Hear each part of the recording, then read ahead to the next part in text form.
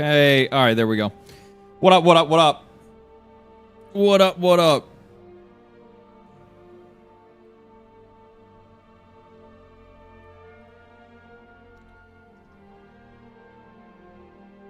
Not bald, not late, not gay. Stupid. No Man's Sky has animal battle arenas now. Are they just going like full Pokemon? Is that what's going on?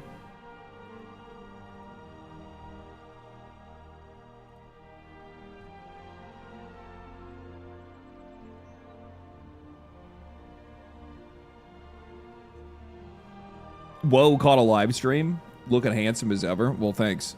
Appreciate it. Don't make me blush.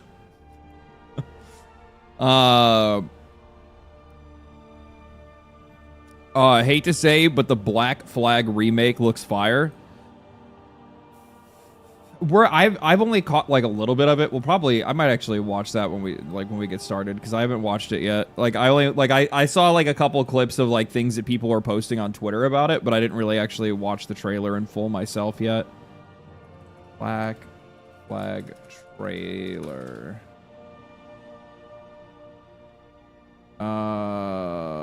Let's see here. This right here it's only 8 minutes long. That ain't bad. Yeah, we can watch that. Yeah, we can watch that.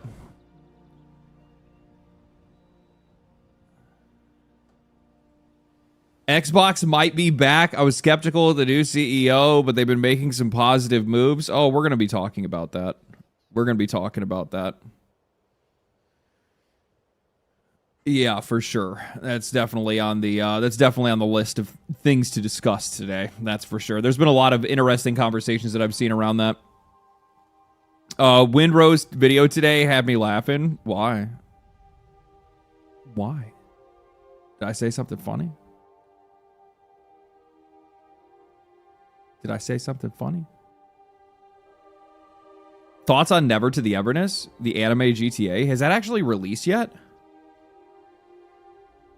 I saw that there was like some like I came across like a couple posts somewhere, like people like sharing clips and stuff of it, but I haven't really seen anything else on it yet, so I don't have any opinions on it, not until I play it.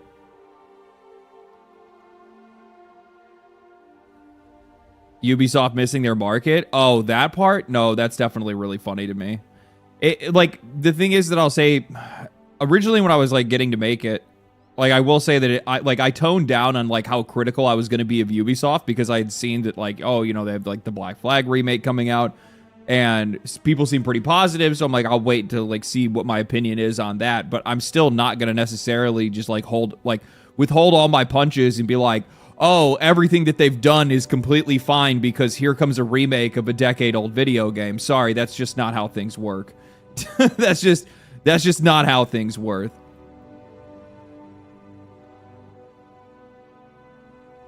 If anybody can snatch defeat from the jaws of victory, it'd be somebody like Ubisoft. Won't lie, but won't lie, it looks good. Yeah. We'll take a look at it. We'll take a look.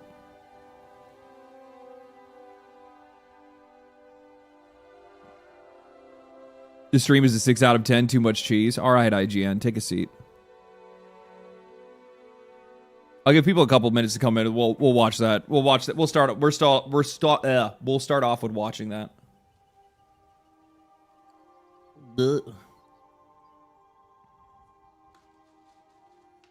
I'm like a little ate up because I just came back from the gym, so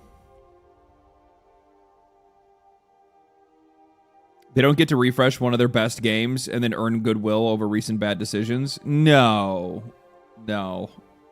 Like, honestly, the thing is that like maybe this is a hot take.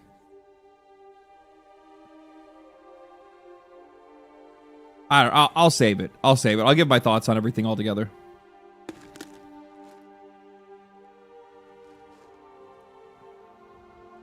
Are you going to check out Never to the Everness? I know it's a gacha game, but it looks fun. I don't have a problem with gacha games. I have no idea where people got that from. Or live service games, for that matter. I've never had a problem with them. My issue is the fact that like most of the companies that are making live service games, they're doing it because they're just following somebody else's trend. They're not doing it because they're like looking to make the best game they possibly can. They're looking to catch on a trend and hopefully drain your wallet. It has nothing to do with them actually trying to make a genuine product in any way, shape, or form. That's the reason why most of them fail.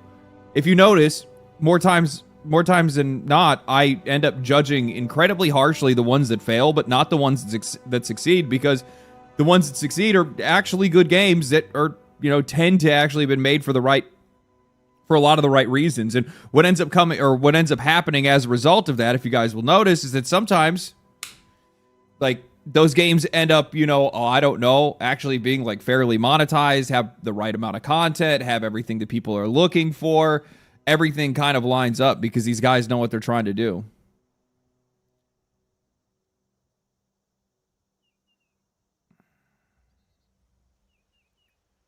What didn't he believe? I missed it. You haven't missed anything. This whole week has been a bunch of news that I don't believe. Essentially, that's what's going on. Brian PNW, thank you for the 5. Trying to explain the long-term goals to an Xbox Andy, first thinkers, is one of the most painful things I've done recently. They just can't follow.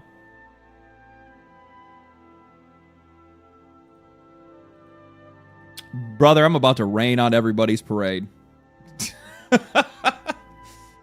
all of the like hopium, like, all the big time copers are going to be like, here's this guy. He doesn't like anything. He hates video games. All he wants to do is talk about how much he hates everything. True.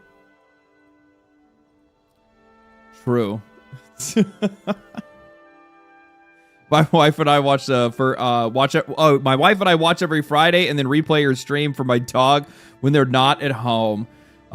He's listened to you for hundreds of hours. Say hi to Finn. He's a good boy. Well, good boy. Just in case the dog doesn't know.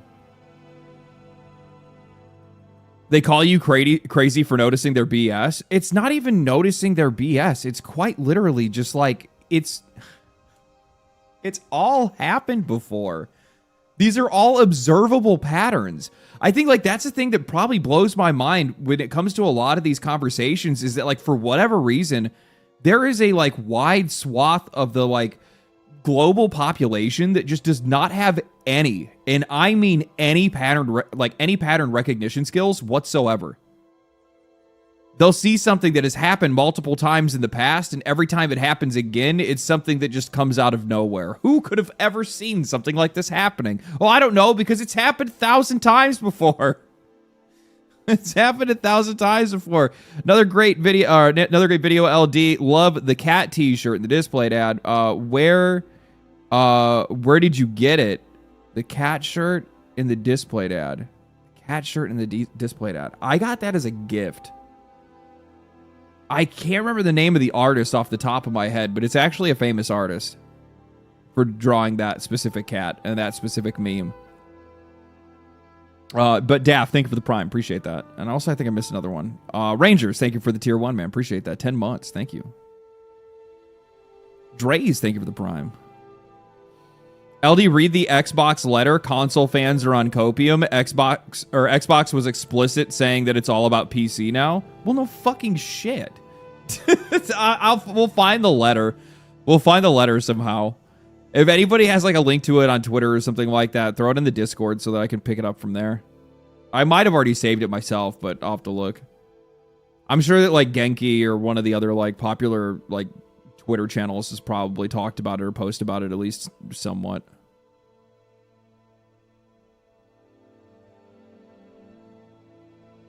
Looking kind of like Steve for Minecraft. Do I like put a shirt on and all of a sudden it's just like, now you're this other guy? Is that how this works?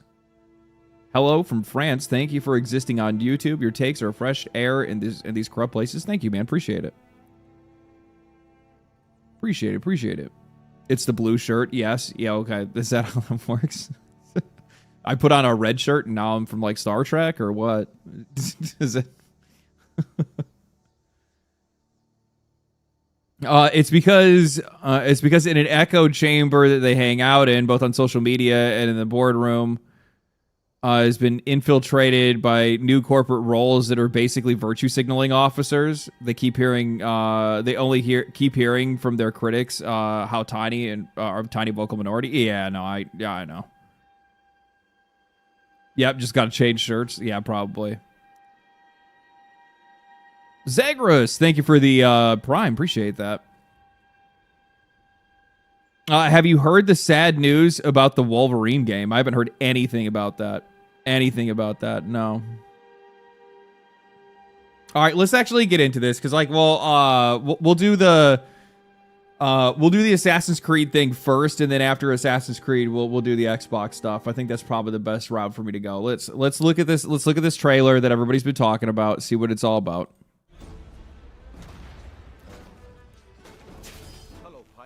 Matt Ryan here, the voice of Edward Kenway. And this is Assassin's Creed Black Flag Resynced. 13 years after the original, this remake brings the classic game back to life. This looks really good. Rebuilt from the ground up with the latest Anvil engine to deliver. The one thing that I can never really,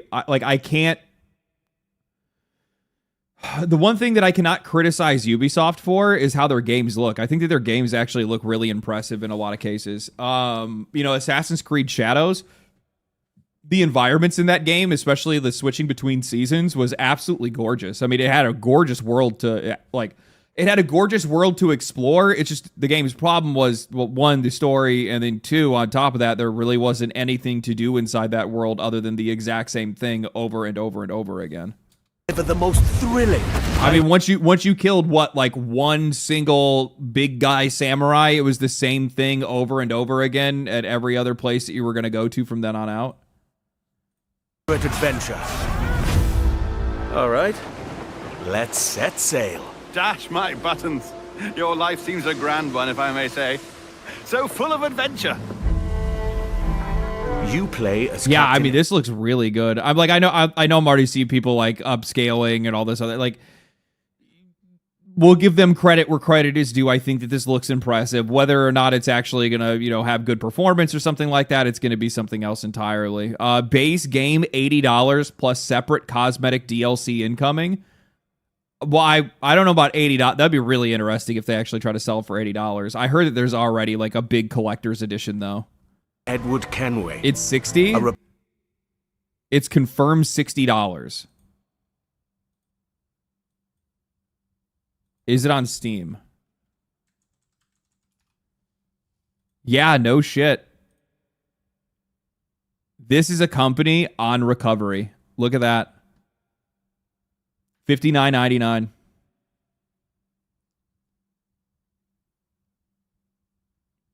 I got nothing to say about that. Other than that's the right move. Rebellious scoundrel, eager to make a name for himself in the pursuit of glory, freedom, and a search for a better life. Seen your face. This was one of my favorite Assassin's Creed games. It's actually, I think, the last one I played outside of Shadows when I came back. Before. Yeah. Use mates with them pirates down in Nassau. Shut your bloody gob or I'll fill it with shot. I mean, the original trilogy is really like where my heart lays, but I still really like this game. You hear me? Edward, is it?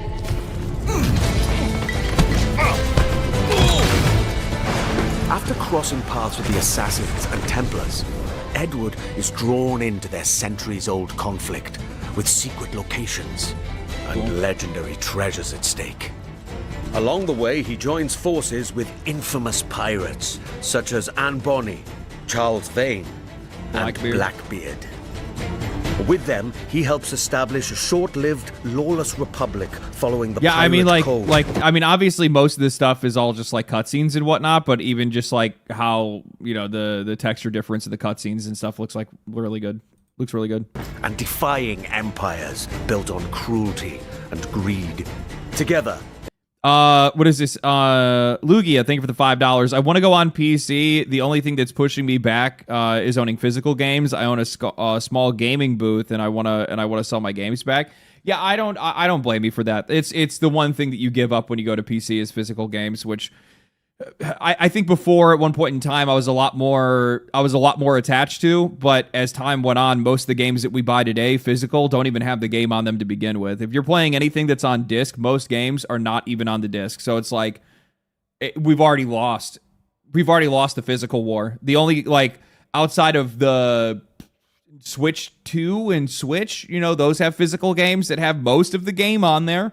Sometimes, not always, It just kind of goes back to the whole thing where it's just like, as much as it feels like you're actually owning something, at the end of the day, if these guys ever say, we're not supporting that game, they take it down and they just don't let you connect to it to be able to download the full game file. You can't get access to it. In their search for freedom, power, and riches, they'll fight across a treacherous looks really tropical good. paradise. Visually, it From looks really dangerous good. waters to dense jungles. Untamed land. The only thing that I really didn't like about Assassin's Creed Black Flag was I did not like the combat in this game. I didn't like the combat. As simple as that. It was a combat. The game had a whole lot of like quick time events, which I was also like really annoyed with. But the narrative and exploration and stuff like that was really good. And So you didn't like the historical game. cities. Brother, I'm always critical. It was mindless fun. It was mindless fun, yeah. From the grandeur of Havana, the thriving and wealthy jewel of the Caribbean ruled by Templars, to Kingston's bustling trade hub, and Nassau, the beating heart of the pirate republic. Each city offers a distinct atmosphere shaped. Are they going to remaster the... I don't think it's remaster, because this isn't a remastering. This is a remake. I mean, like, texture-wise, this is a remake, at least in my eyes.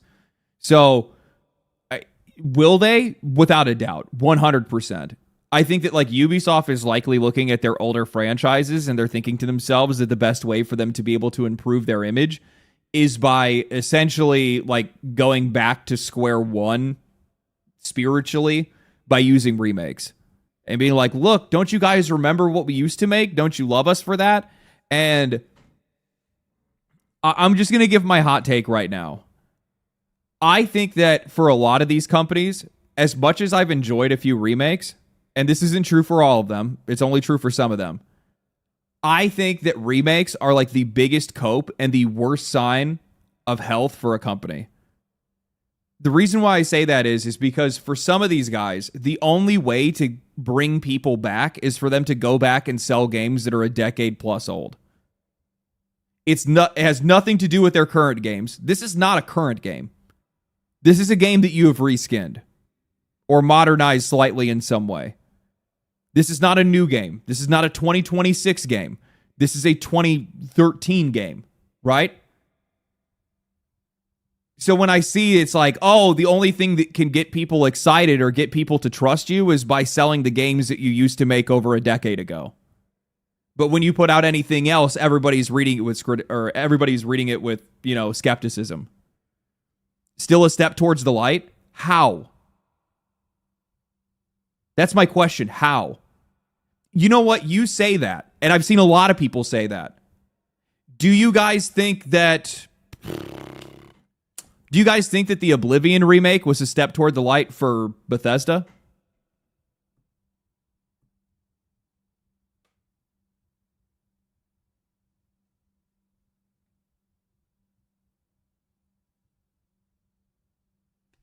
That's my point.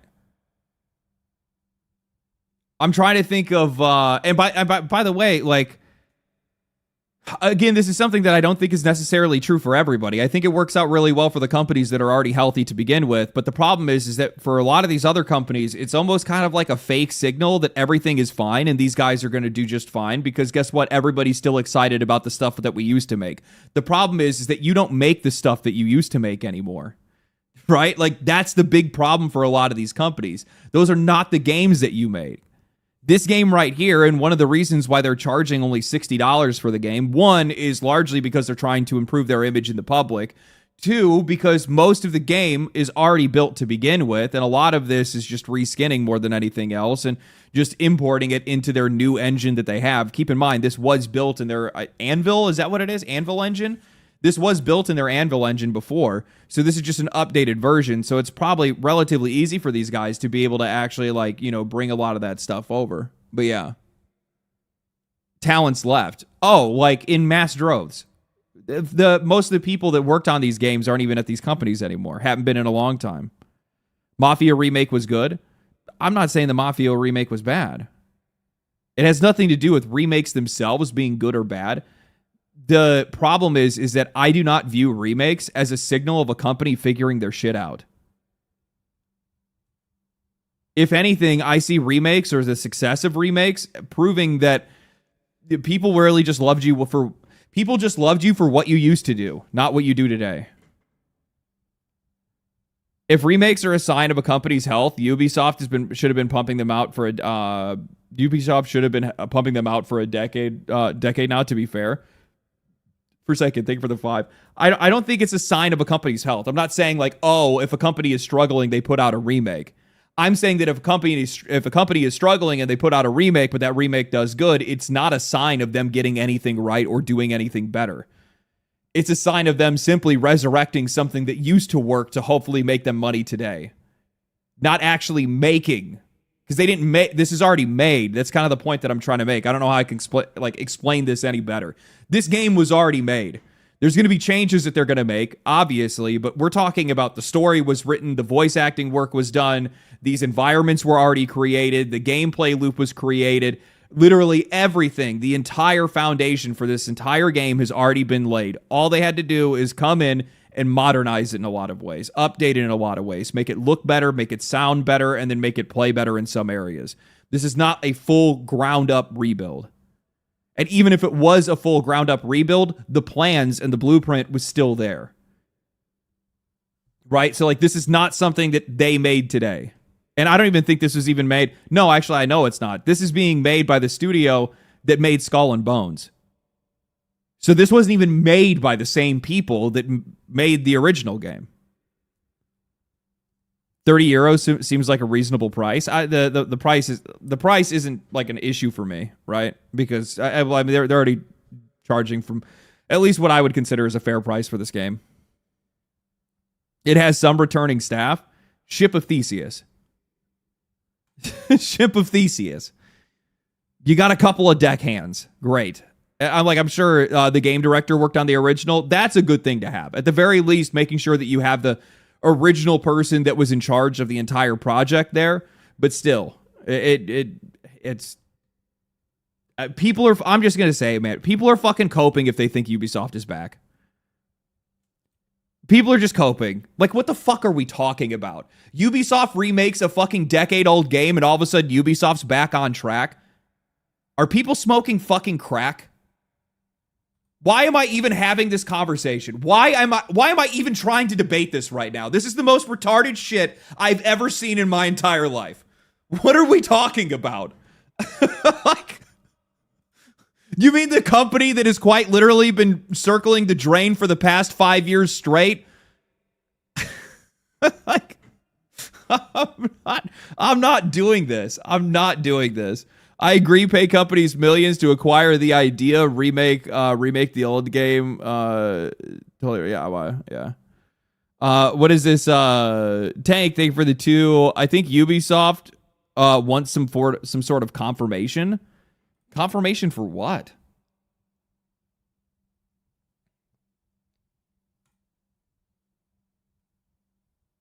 And by the way, none of this is actually saying that like this isn't going to do good or that this game is necessarily going to be bad in any way.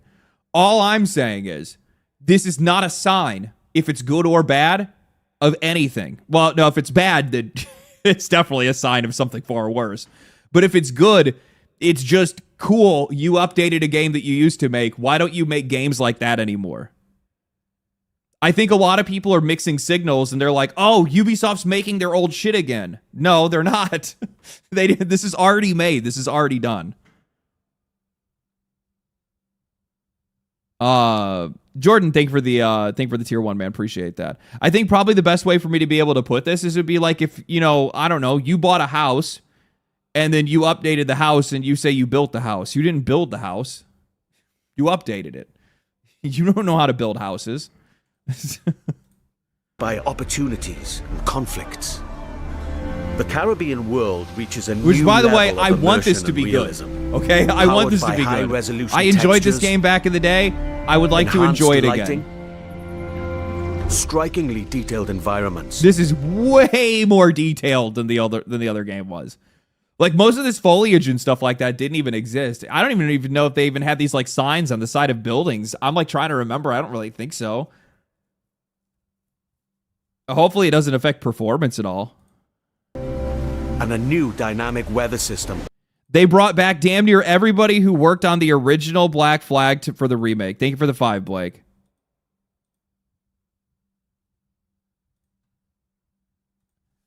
How many, oh my God, how many people worked on the original Assassin's Creed Black Flag?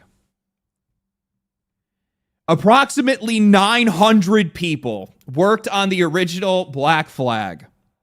Are you trying, Blake? Blake? Are you trying to tell me that you think they brought back all 900 people?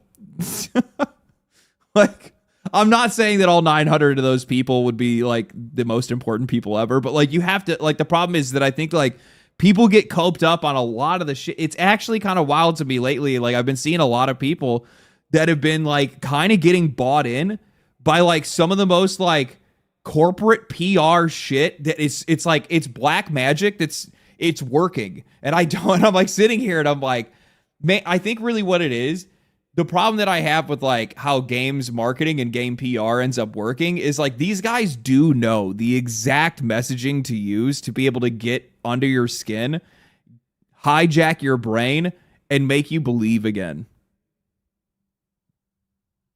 That's all, because they know what you want. They know you're hoping. They know, like, I'm not going to sit here and pretend like I don't want Ubisoft to get better. Of course I do. Of course I hope that Ubisoft gets better. They used to make some incredible games.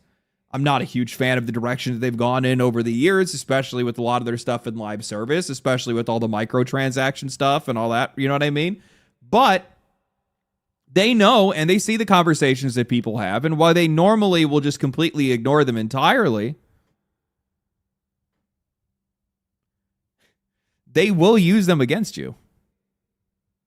They will use your hope against you in hopes that for whatever reason it blinds you long enough to at least buy the next thing, right?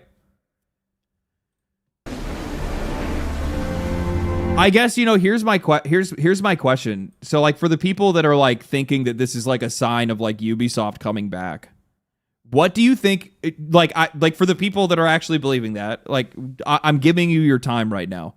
What do you think is going to happen after this game? It is, by the way, I want to let you know, it's completely fine to be excited for this. I am excited for this, okay? These are two separate conversations that we're having at the same time, all right? This is not me shitting on Assassin's Creed Black Flag. It's the side conversation that I'm not a fan of, which is that like, oh my God, guys, they figured it out. Ubisoft is back. And it's just like, okay, hold on.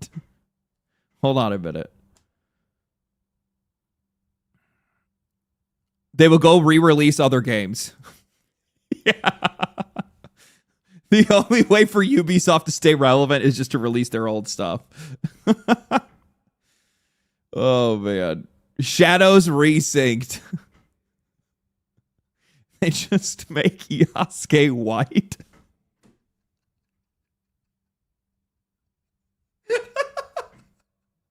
Sorry, that was a really bad joke.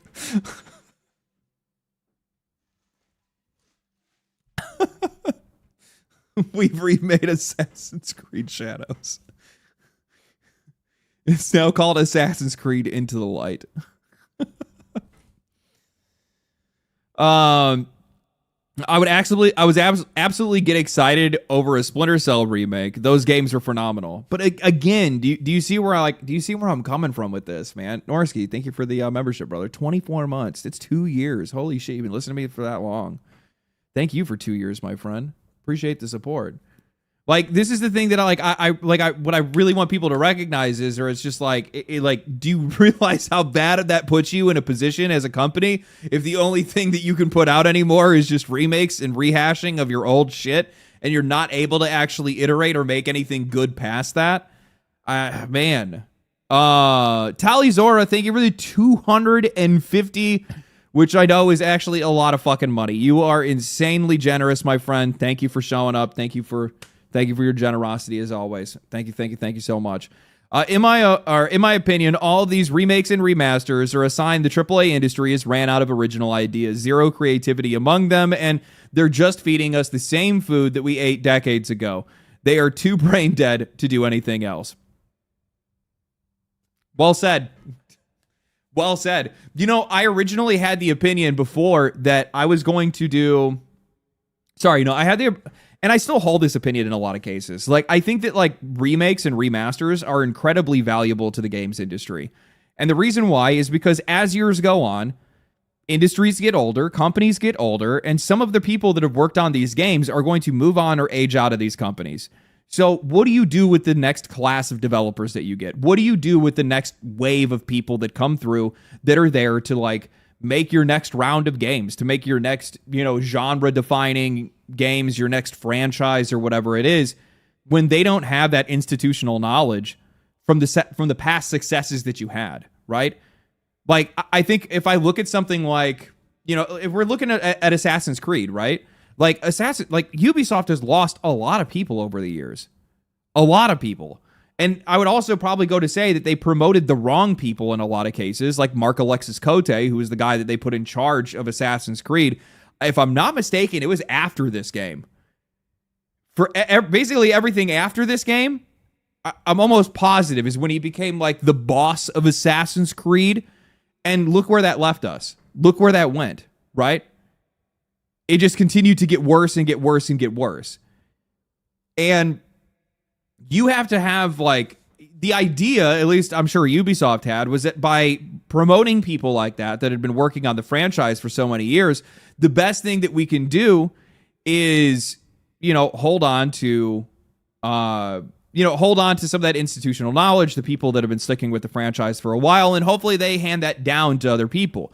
Remakes and remasters are a really good way to essentially but like pass that knowledge down to other people because they get hands-on with the cornerstones that built the company. I think that's a really important, like, facet of remakes and remasters. It gives a chance for some of your younger development team or some of your newer talent to be able to, like, understand and get in on the ground floor of, like, what it looked like to develop, you know, the first Assassin's Creed or some of the best Assassin's Creeds or of the Oblivion remake. But the problem is that if you guys are looking, most of these guys aren't actually using their own developers to do it. They're outsourcing that shit.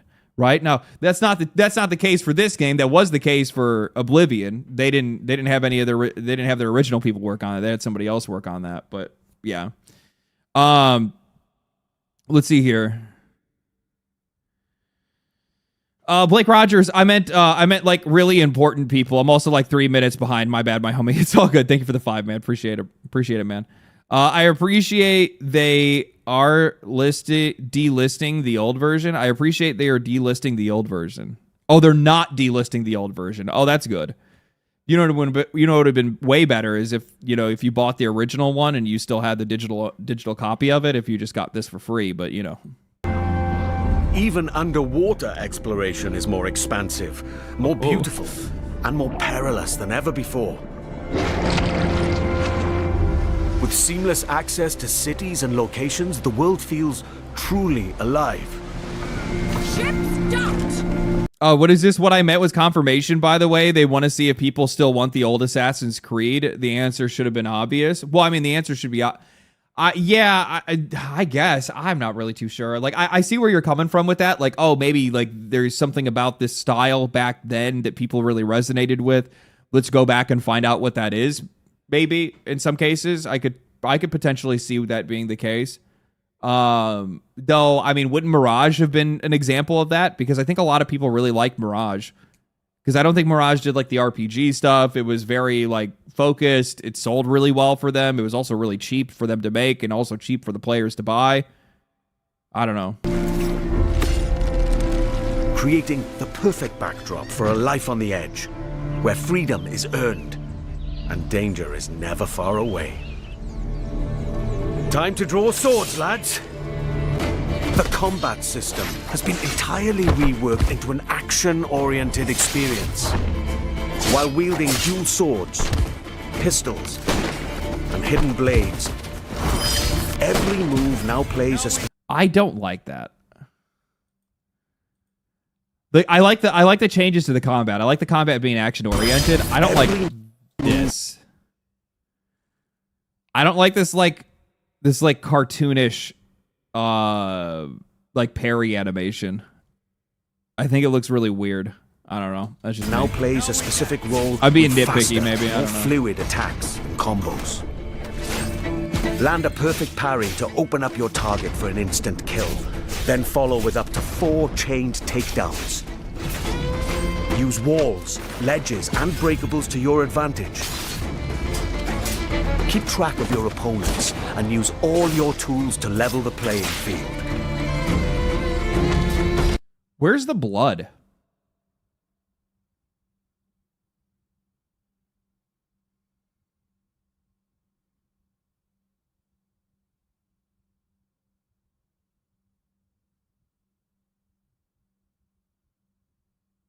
Oh, it's being sold separately? That makes sense. I was like, I just noticed that right now. I just watched this dude. Like stab 2 swords through some guy, and I'm like, okay, just nothing. But fight recklessly, and you will be punished. Whether you're on the hunt or on the run, mastering your environment is... They explained YouTube's rules made them turn it off. Where did they explain that? Fernando.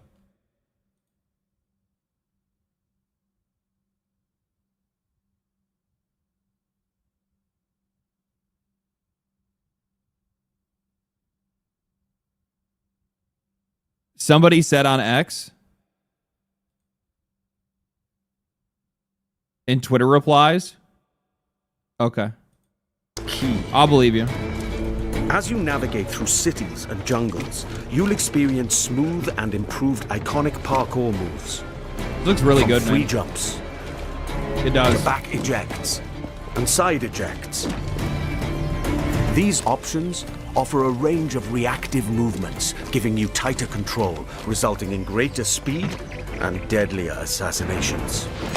Yeah, it looks like they like one complaint that I don't necessarily one complaint I definitely don't have is like I think that the movement was like much improved, especially in like one of the later patches that they did like right after Assassin's Creed Shadows came out, and it looks like they're kind of like adapting some of those learnings here, and I think that looks really good.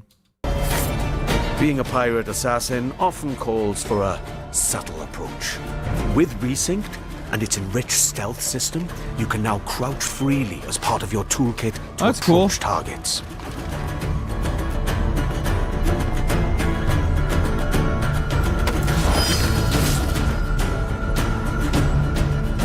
Tailing and eavesdropping missions have also been revamped. Oh, I already know what they're gonna say. I already know what they're gonna say.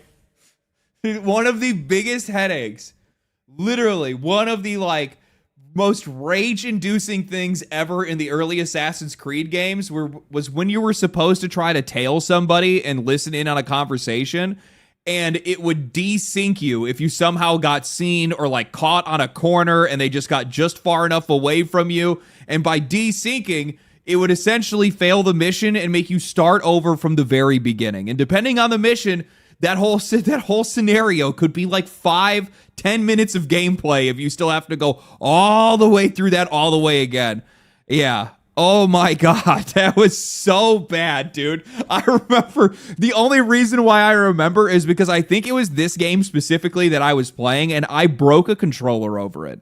I threw that thing across the fucking room. I was so mad because it was like, older games were kind of 2013 is a long time ago. Games were still pretty janky, right? There's some just dumb shit that would end up happening. Your character would climb up on something when you didn't mean to, or maybe you just couldn't tell that you weren't allowed to climb up on something. And I don't know. I'm not really gonna get into that, but it would just. I was so mad. I was so mad. In the original game, getting discovered. The combat looks less impactful than the OG. You'd feel the impact of the slams, the assassinations, and the stabbing with your swords. I mean, I get where you're coming from with that. Thank you for the 5 Thunder. Appreciate that. I get where you're coming from, but also the problem is that like the original combat was like really button spammy. Like it was because like you. It's been a really long time, but like if I remember, I'm trying to remember, man. What the original game was more about like trying to like strategically rock, paper, scissors the rest of the enemies. Like essentially, like if they were doing one block, you had to hit a different button. If they were doing another block, you'd have to have a different button. And then you just kind of sit there kind of spamming the entire time until it went through. Getting a kill and then chaining executions. Yeah.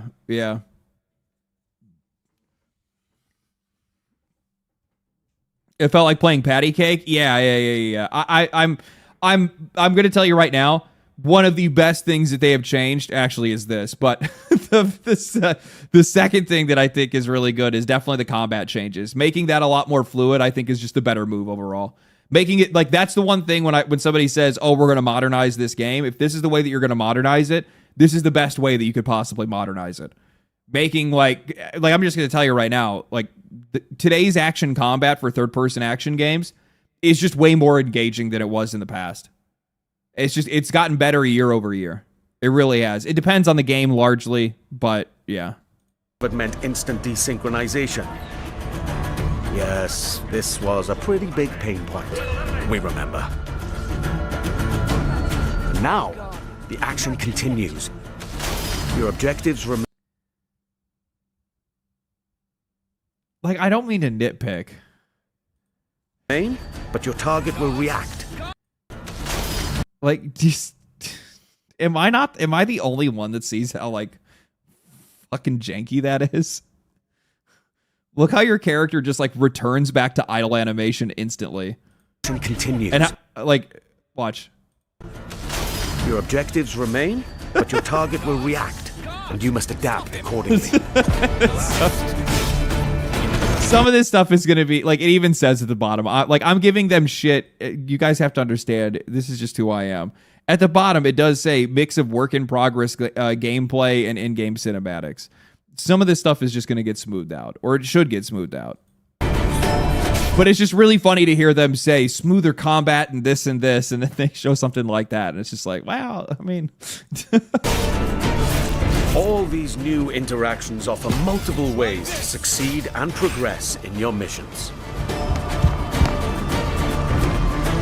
Of course, this wouldn't be a real pirate adventure without a ship. Jackdaw. You named your brig after a poxy bird. The Jackdaw. What a beauty. Set sail and freely roam the Caribbean. Dude, this looks really good, man. It really does. I mean, they picked some really good shots to use for this. That's for sure. As a promotional video, this is stellar. Now equipped with even more firepower, the Jackdaw can conquer the high seas like never before. Oh, they added more abilities? That's cool.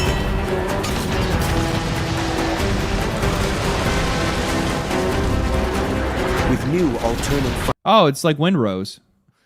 fire upgrades for every weapon, you now have more power and flexibility to overcome opponents' ships in any situation.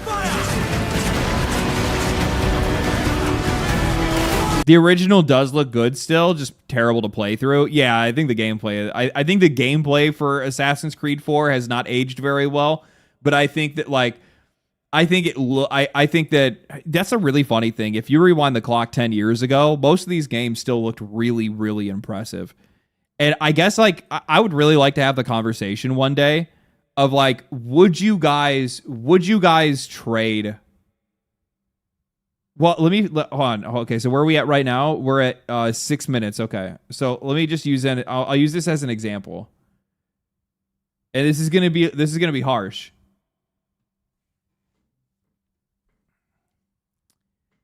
Would you guys trade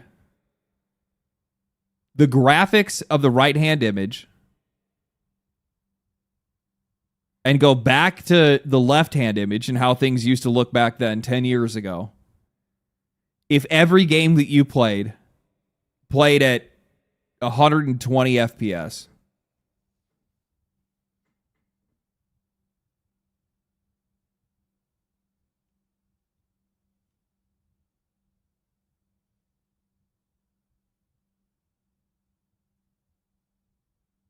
Look at how torn everybody is. Look at how torn everybody is. You got people that are like, yes, no, absolutely not, no, yes. 100, I guess it'd be 144, right? Yeah, 144. Other 144, 240, what 236? I think my monitor's like 380, but yeah. Personally, if I had to say, I would go back. I would. Hands down. It wouldn't even be a question. I would absolutely, without a doubt, be completely fine with going back to how games used to look to get constant and consistent performance from game to game without any issues. I would also, by the way, and this is me probably making it a little unfair for the people that answered no, they wouldn't go back. I would also probably believe that if we actually did rewind back to that time, that the games themselves would also be better because less of the focus and less of the money and less of the focus and less of the budget would be on the visual spectacle of these games rather than how they played. Back then, 10 years ago, more than 10 years ago, depending on what company, for a lot of these guys, the main focus was the gameplay, and then everything else came after that. This actually, at this time, I think this is right when things were starting to turn towards more spectacle and less gameplay. But that's probably like one of the things that I'll say. Like as much as I would love to like pontificate about how great it is to have a high-end graphics card and an insane machine, bro, think about what games that I play. Like what games that I put like the most hours into. The two games on my computer right now that have the most hours in them is Terraria and Risk of Rain 2. And Stardew Valley. So that's 3. Deadlock, I only have 100 hours in Deadlock. So, like, it's not like I need the most insane-looking games possible for me to be able to have a good experience. Most of the games that I enjoy playing don't even look like that.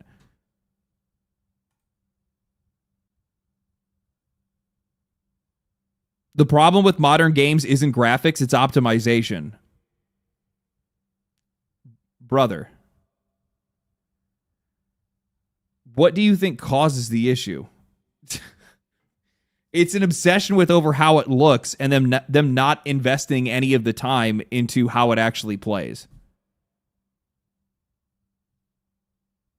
I'm not saying that the graphics are the root issue. That's not the point that I'm making. The point is the focus being on just the spectacle of the game. That's what the problem is. And it's been that way for a long time. And we already know that's the case. This is something that like has been constantly discussed time and time again. There's been developers have had interviews talking about this kind of stuff, and I'm all for eye candy. I mean, then what the fuck does that? Go watch a movie.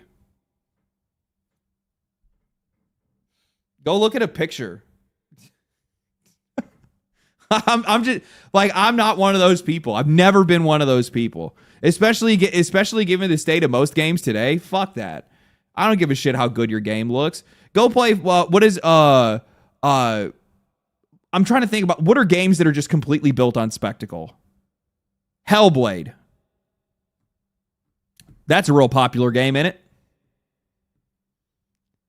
That's the peak of what people are looking for. When the people are saying, "Oh, I love really pretty games." Okay, then yeah, go play a visual novel. That's essentially what a lot of those games end up being. I'd rather play video games personally. If it looks good, that's awesome. I have no problem with that. If it looks pretty, I'm here for it. But, like, it better be a good fucking video game. Do you care if characters are conventionally attractive? I'm not trying to fucking jork it every time I'm playing a video game. I don't need to be fucking rock hard the entire time I pick up a controller. Do I have a problem with that when that happens? No, not necessarily, but I don't need that to be every single game.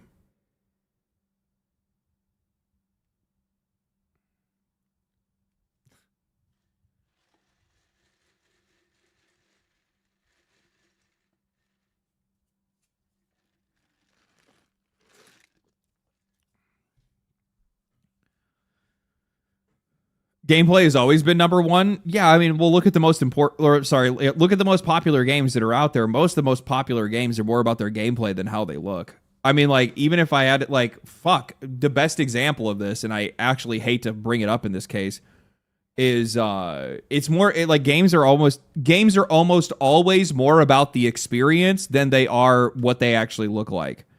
Otherwise, something like Roblox wouldn't be the biggest game in the entire world, even though, I mean, it's just like a collection of a bunch of bullshit games, right, or whatever. But you get where I'm coming from. It's not like it's not like people are playing Roblox because it's the most beautiful thing ever. They're playing it because their fucking brains are rotted. But maybe something like Fortnite's probably a better example to use. Where, like, Fortnite's not the most graphically impressive game that's been ever made, like that's ever been made, but people like it. They have fun playing the game. The game's loop is really good. You will engage in epic battles, boarding parties, and fort raids. All of these are back, and as challenging, dangerous. Those are for kids. I'm a 30-year-old man. So, hey, look, here's the thing. I'll tell you this. I like to have my cake and eat it too. But if I had to have the choice between my meat and potatoes and the cake, I'm going to take the meat and potatoes before I take the cake. And exciting as ever. This all looks really good. To reinforce your crew, 3 brand new officers make their entrance. Lucy Baldwin, the Padre, and Deadman Smith. Each officer has a unique narrative questline that reveals their backstory.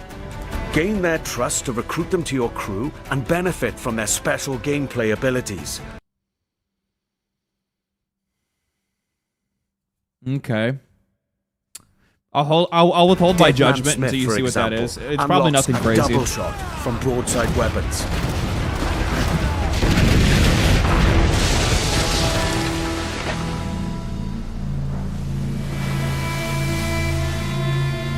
Explore the Caribbean alongside your crewmates and trusty pet. That's right. You can now find a cat or monkey.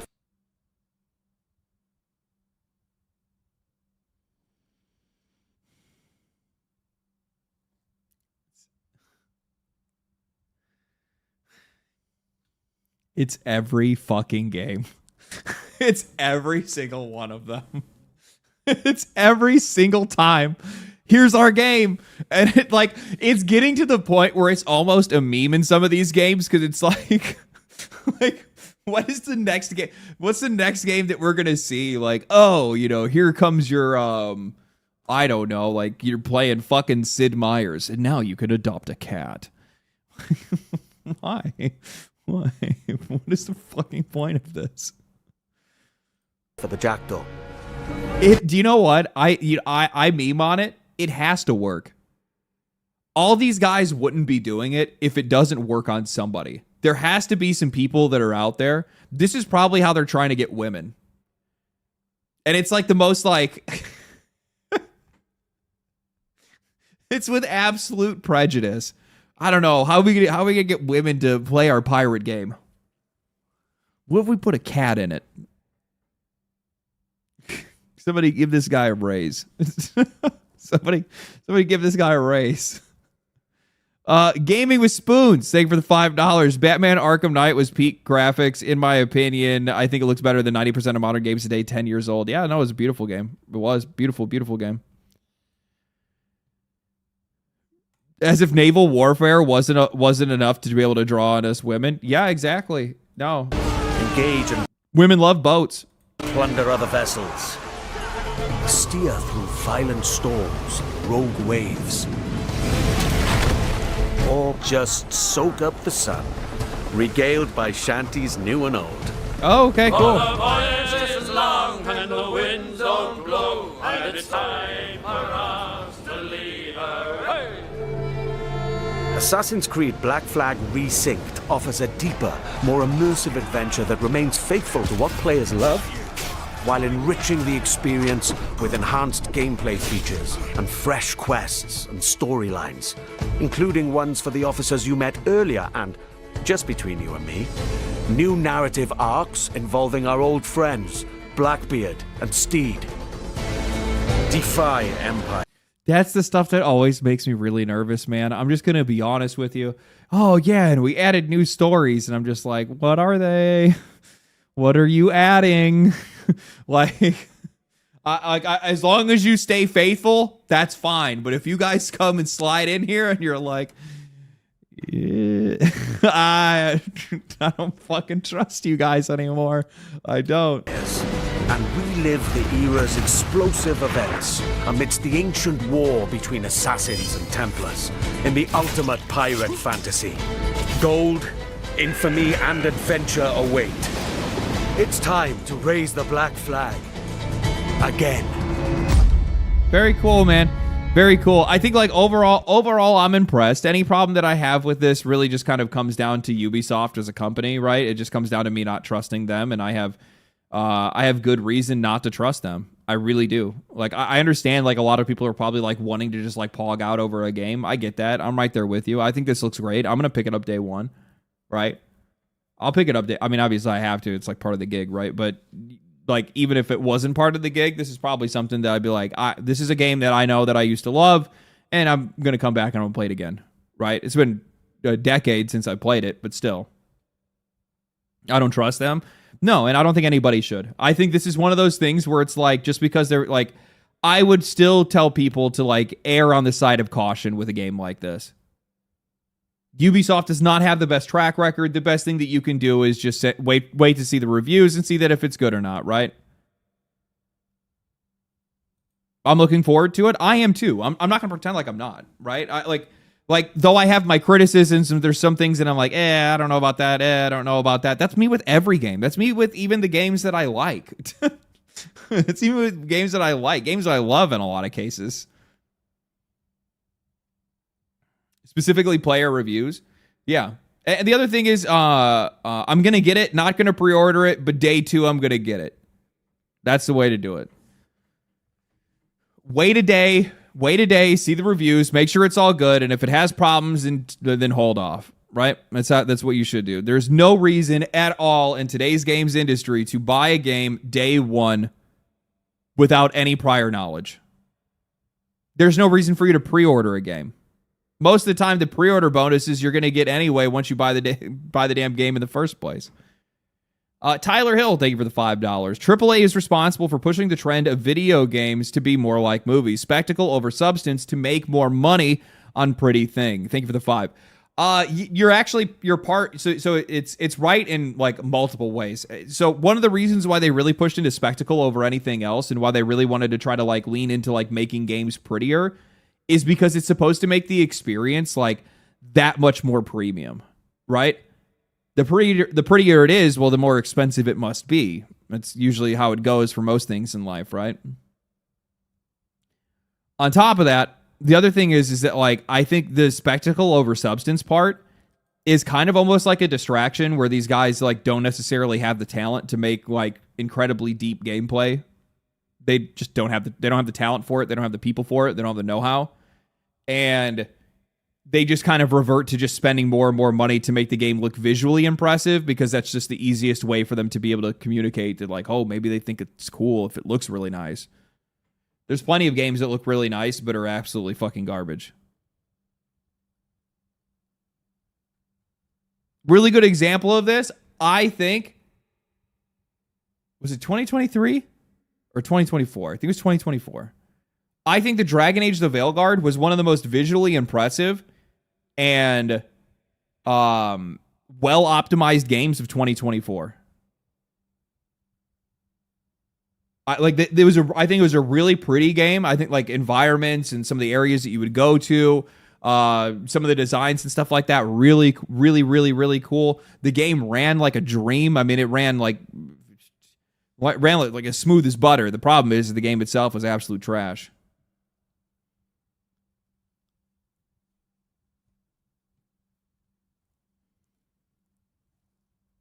Too bad the game was as. Yeah, that's the point that I'm making. Day one Crimson Desert, and I almost sold it, but I had faith in the developers. I would 100% buy it again after the fixes. Yeah, and you know, like that's the thing too, is that like, what did Total Biscuit used to say? I think he used to say something along the lines of buying a game day one. You are buying the game for the highest price. You're buying the game the worst it will ever be at the highest price.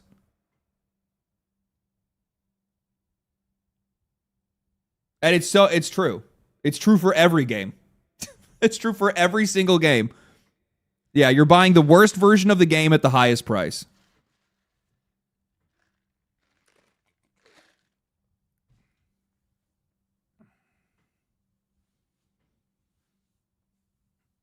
Deep? It's not really deep. It's just true. It's not even contemplative. It's observable truth. It's every single game that we have ever seen. If you waited, a couple of months, yeah, you get that game for probably 25% off. It's had multiple updates that have come through, and that game is like fucking 1,000 times better.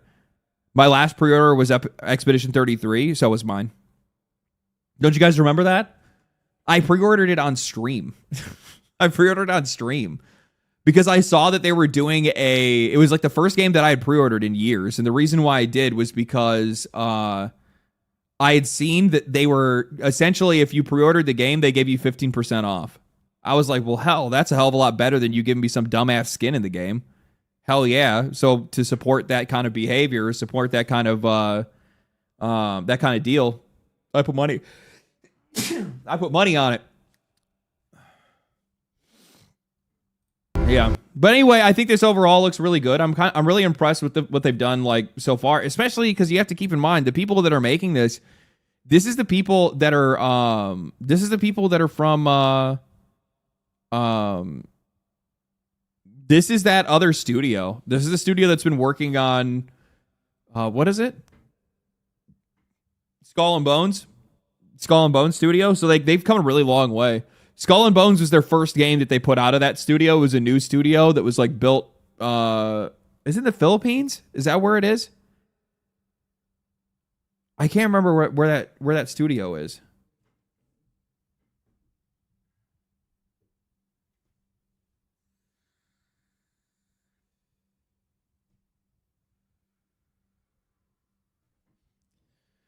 Singapore. Oh, okay. There you go. All right. So yeah, that was the first game that I think they put out of that Singapore office. So apparently they learned pretty quick and learned really well on the fly. I mean, again, they're kind of given the bones with both of these games and are probably already familiar with it to begin with, because I think they were working with this is like not only the same engine, but I think they had essentially just kind of like stripped the bones off of, they stripped the bones off of Assassin's Creed 4 and used that to create Skull and Bones. Because I don't know if people really know this or not, but Skull and Bones is supposed to be like an indirect spin-off or something like that of Assassin's Creed 4. I wonder if they'll update some of the lore in the remaster. Well, they already said that they were going to be adding new quest lines, storylines, as well as characters. So we'll see what that actually ends up looking like.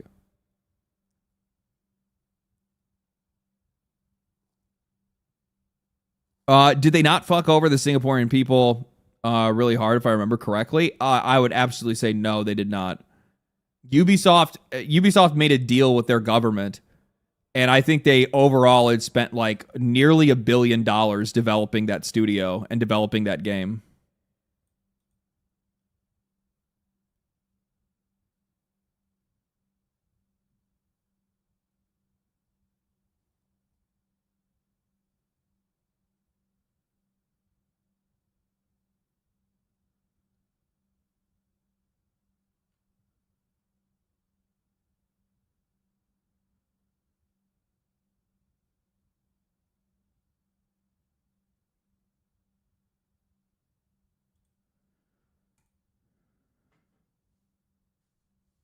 $1 billion for a pile of shit. I don't think it was just $1 billion that they spent on just Black Flag. I think it was a couple different things.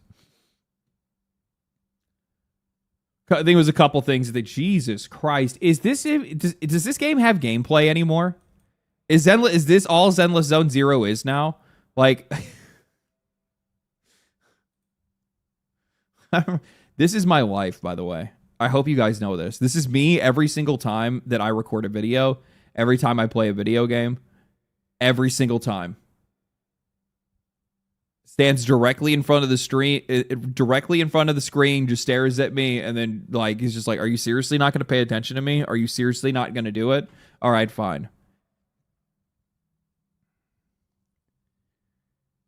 All right. Let's see. Let's go over the Xbox stuff, because this stuff is okay. So I have to talk about this first. No, I shouldn't talk about this first. We gotta start where everything started first, right? So like, can I find the recent announcements around Xbox? Can I find the recent announcements around Xbox? This is one of them.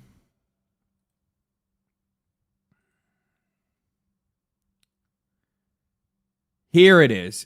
Matt and Asha, we are Xbox internal letter. We are Xbox. Dear team, Xbox has been different. Or Xbox has always been different. We started with a simple idea. Games should bring people together through shared experiences. That led to the first Xbox in 2021. That is corporate fucking nothing. That's not true. It didn't start with a simple idea. Games should bring people together through shared experiences. None of that's true. The original Xbox started. The only reason the Xbox even exists is because it's because of Bill Gates' ego. The dude had such an ego over the fact that the PlayStation said that they were going to take over the living room from the home PC, that the minute that he heard it, he immediately started asking everybody at the company if we were ever working on any type of like gaming console or gaming hardware for the home. It was about money and status and position in an industry from the very beginning. Now, the guys that made the original Xbox, that's a different story.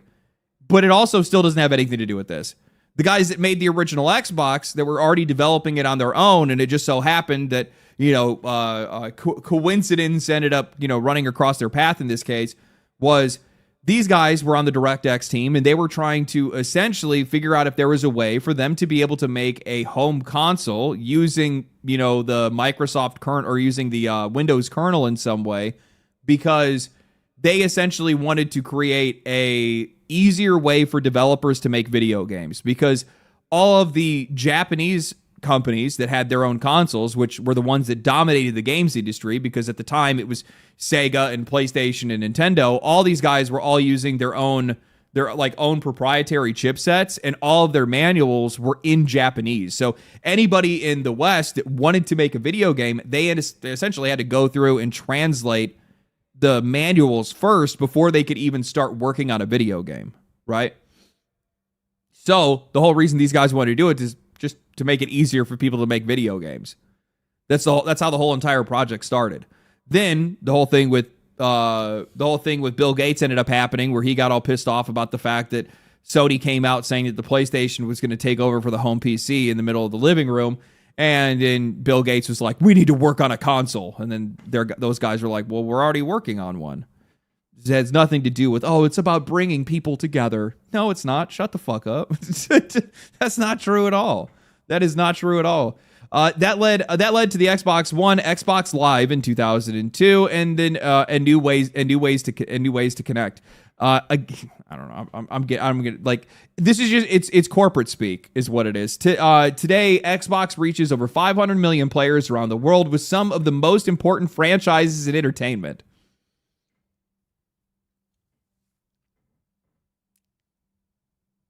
I mean, they were.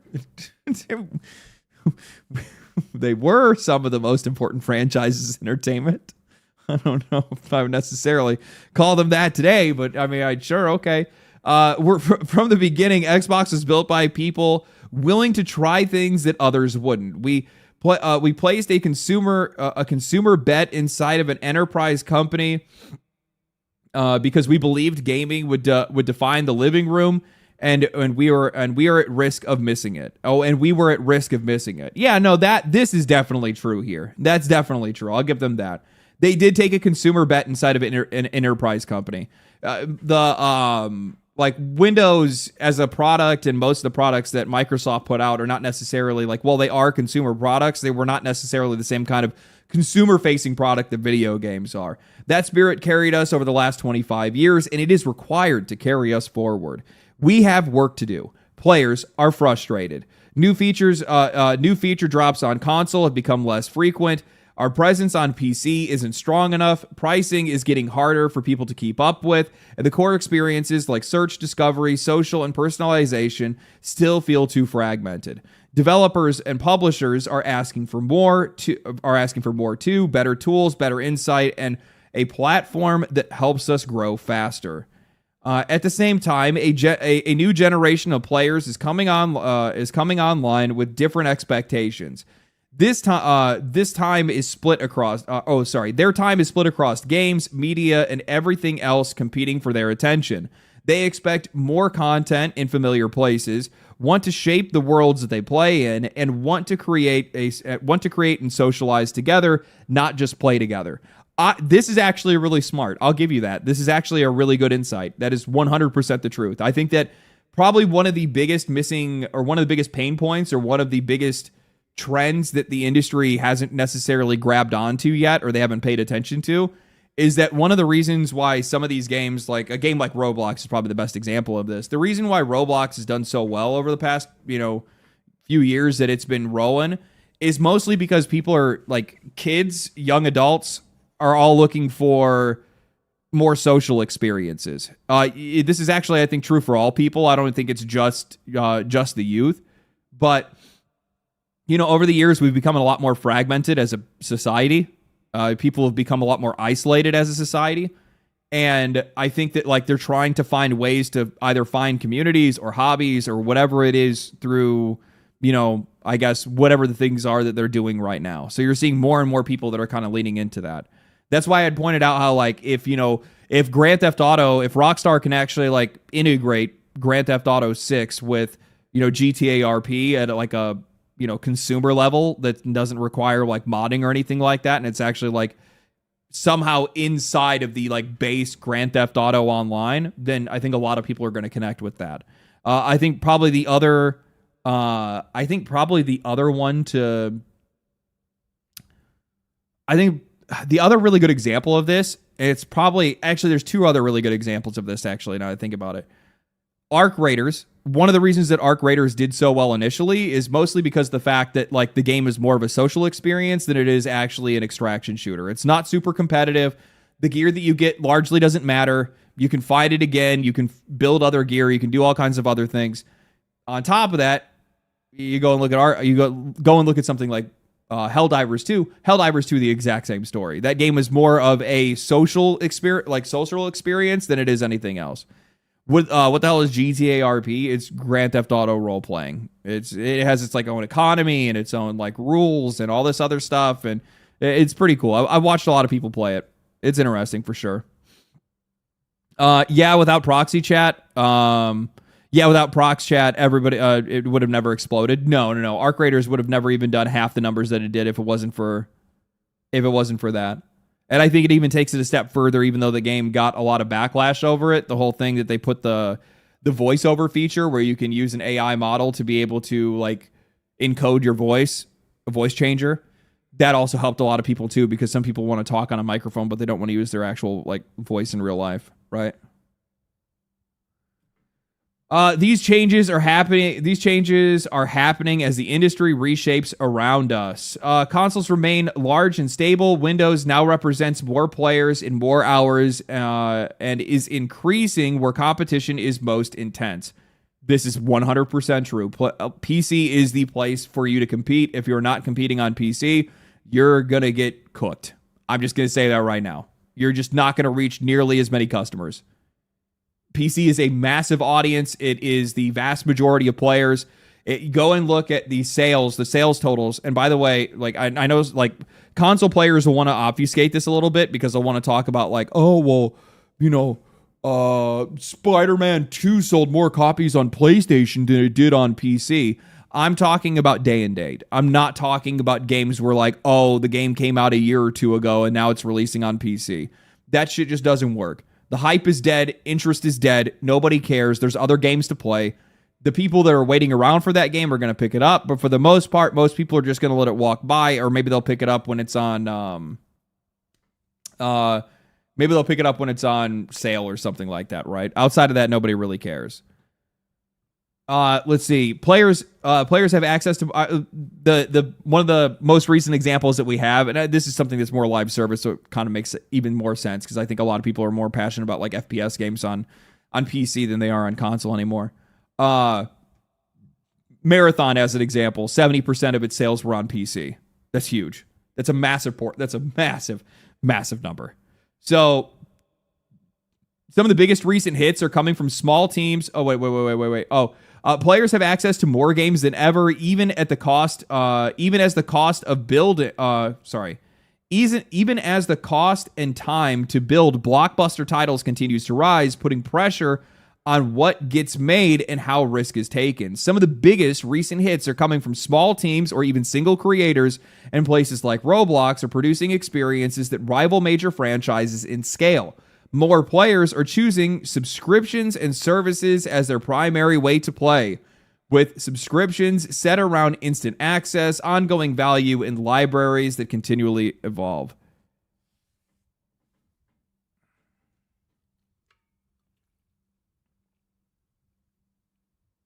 I wonder if that's actually true.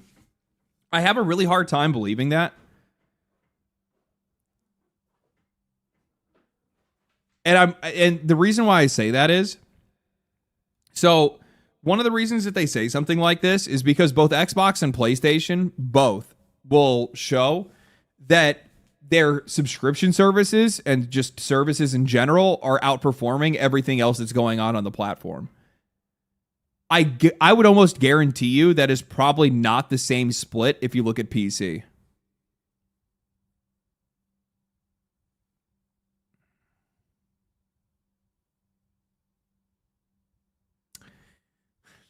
Damn, Norsky. If it's true, why are they lowering prices instead of increasing them? Love your content on YouTube. Thank you, man. Appreciate it. Very true, Norsky. Very true. Very true. If that was the case, they wouldn't feel like their back's up against the wall and that they need to change something with their subscription service. Otherwise, they're going to be having problems, right? So, I'm going to say that it's probably true on console that services and subscription revenue is probably outweighing everything else on the hardware. But that actually, I don't think that that's indicative of more people wanting to be interested in subscriptions and services. I think it's just people that just don't have a lot of access to good media on the console anymore. So because they don't have good games to spend the money on, they're spending the money somewhere else. I would guarantee that most people on PC are probably playing, are probably not necessarily like, I would guarantee that PC is probably not the biggest audience for subscription services. Console equals cost barrier. It's not even just the console being the cost barrier. It's also just that like there just hasn't been good games. There has been, but not on the scale that we used to see. Like if we're talking about major publishers, which is really what these guys are mostly paying attention to, and you have to think about like, God, there's so much like dumb economic shit or transactional shit that goes into this, because it's like they're looking at subscription and service revenue. Well, have there been banger indie games that have came out? 100%. But how much are those indie games? Those indie games likely cost the exact same amount as much as most of these subscription services, right? So you're seeing this like separation, and this is something that we've already seen on Steam as well, right? Remember, we've gone over it. I had the video not long ago where we had shown that there was a huge splitting of paths where the price of the average game on Steam was starting to crash because everybody was essentially because everybody's been buying indie games. Indie games have been crashing the median price of games over the past couple of years, and they've been stealing more and more market share from AAA, where you have more people that are now buying indie games, and they're taking more and more of that money away from a lot of these AAA companies. So that would go to show that if I was on a console, and this is probably where it gets even worse for these guys over there, is that like with us on PC, we have a lot of options. Like a lot, like way more than anybody else has. It's not even close. Just thinking about the early access games that come out every single year that are like genuine bangers that everybody ends up picking up and people jam and have a great time with, which ended up being some of the most influential games that we've seen released over the past couple of years. Keep in mind, Palworld had like a peak player count of like over 1 million players. Slay the Spire 2, another really good example. Everybody's the fucking Windrose, right? Windrose is another one. Windrose right here. This is the fourth 1, 2, 3, 4. This is the fifth most played game on Steam right now, and it's not on PC. It's not on anything other than PC. Baldur's Gate 3. Baldur's Gate 3 early access was really good, but I don't think that's necessarily like indicative of that. Deadlock is in the top 10. Is in the top 15. And this is another game that's PC only, right? This is a game that's in beta right now, or alpha, or whatever the hell they're calling it. Yeah, so I think it's worthwhile to say that like PC players have a lot more options when it comes to the games that they're playing, and a lot of the stuff ends up being Vampire Survivors. I think Vampire Survivors came out on everything. Vampire Crawlers, did it not come out on all hardware? It only came out on PC right now.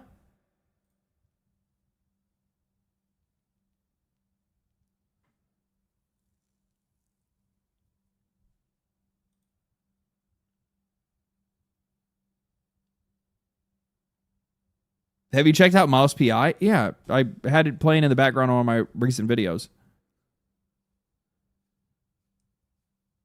Vampire Crawlers is on console too. Yeah. I thought that game went to full release. I was about to say, I'm almost possible that's not the case. That's not the case.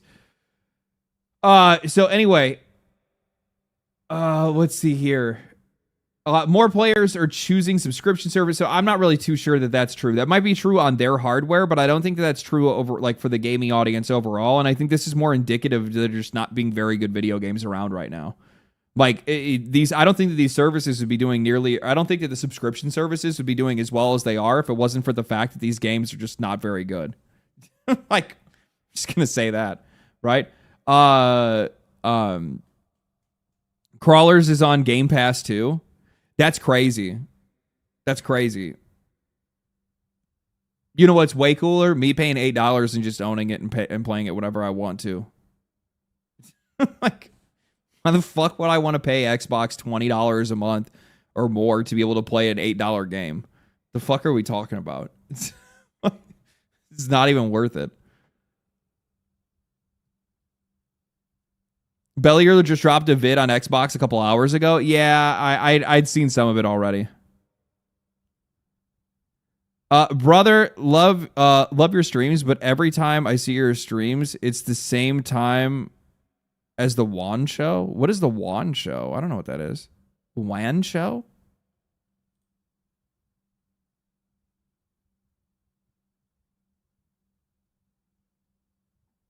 Oh, Linus's Tech Tips. Oh. Wow, I'm there's nothing I can do about that. Yeah, I guess he has a podcast or something like that. I've seen like clips of it before, but yeah. This model won't the industry is becoming more global and competitive. More than half of the market's revenue, players, and growth are happening outside of our core markets. But the rest of the world is not just a large market. Developers there are increasingly competing with the most established Western studios, combining scale, speed, and a willingness to reinvent genres many once considered mature. Like, imagine using this kind of language to describe fucking video games.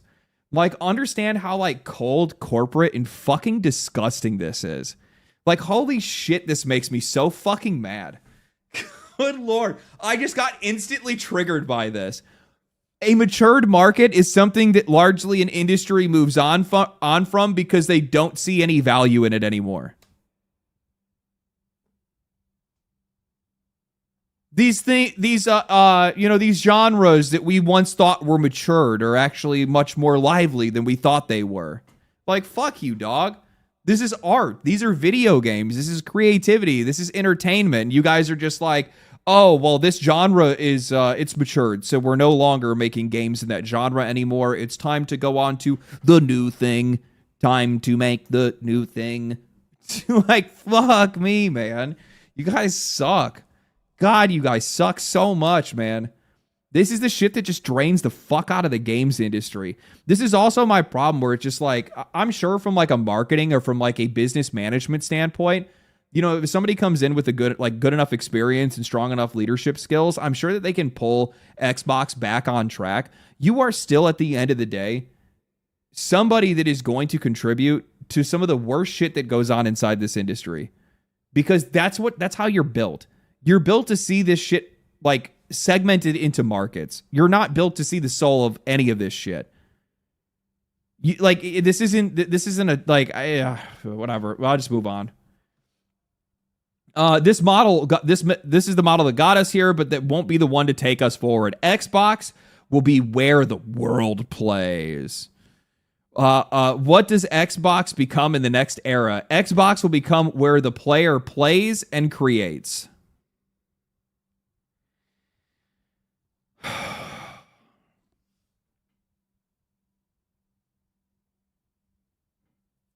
So Xbox wants to become Roblox.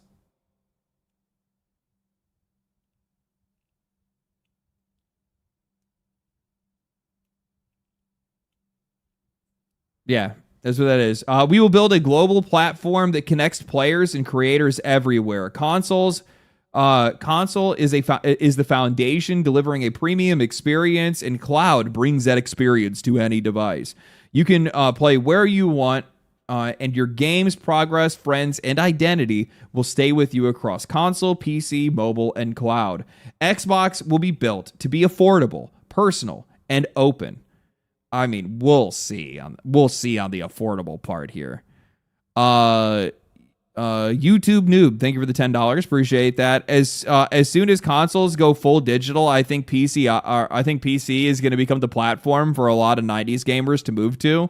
The only reason I still play on PS5 is because of disc ownership. Thank you for the 10. You're actually probably right. Now that I think about it, with some of these more like old school gamers, there's probably quite a lot of people that are like, the only reason that they haven't moved to PC is largely because they can still buy a disc or a cart. But as a lot of these consoles like move on, like, I'm going to be real with you guys. I personally don't really see any, like, if I did not have a YouTube channel, I'll just be straight up with you guys, I would only ever see purpose in me owning my PC and a Nintendo Switch. The Switch because their games are exclusive, but also mostly just because those games are physical. There's resale value, there's value in them, they retain value in a lot of ways. And then for everything else that's in the industry that would require a more, like, a piece of more premium hardware, I would just play that shit on PC. Because I'm not going to actually own it in any way on Xbox or PlayStation. So what the fuck is the point? Why would I pay all that money to not own something, not have like physical access to it, and also not get literally the highest quality premium experience? It doesn't make any sense. It doesn't make any sense at all. Did you see the indie show today? No, I did not see the indie show today. The stinks of Microsoft trying to trying to seem pro-consumer because they're about to make an offer on Roblox that'll need regular. I would actually not doubt Microsoft I could totally see Microsoft trying to acquire Roblox. I 100% could see that. Whether that would actually happen, probably not. But man, I could totally see that happening. Let's see here. We're play where you want. Yeah, we got that. Xbox will be built to be affordable, personal, and open. The affordable part we'll be seeing whether that actually happens or not. We will offer flexible pricing so it is easier to get started and keep playing. The experience will adapt to you, letting you customize how you play, helping you find what you love, and connecting with the right people. And we will be open to all creators, from individuals from large studios, giving tools to each to reach global audiences and keep their games growing over time. Our new North Star will be daily active players.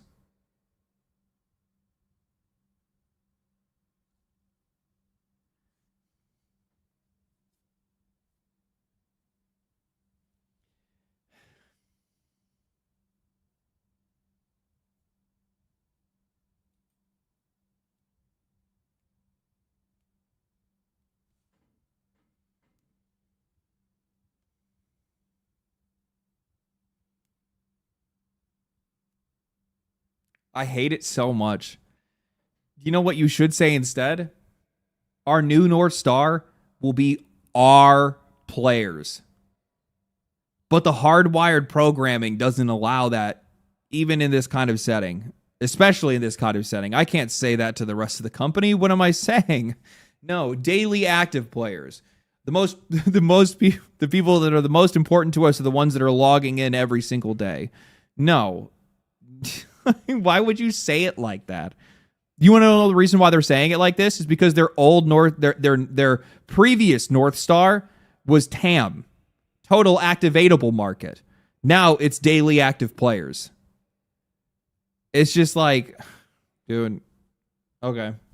And this is the shit that people see and they're like, "Oh my god, guys, they're changing. They're changing. Asha Sharma is saving Xbox."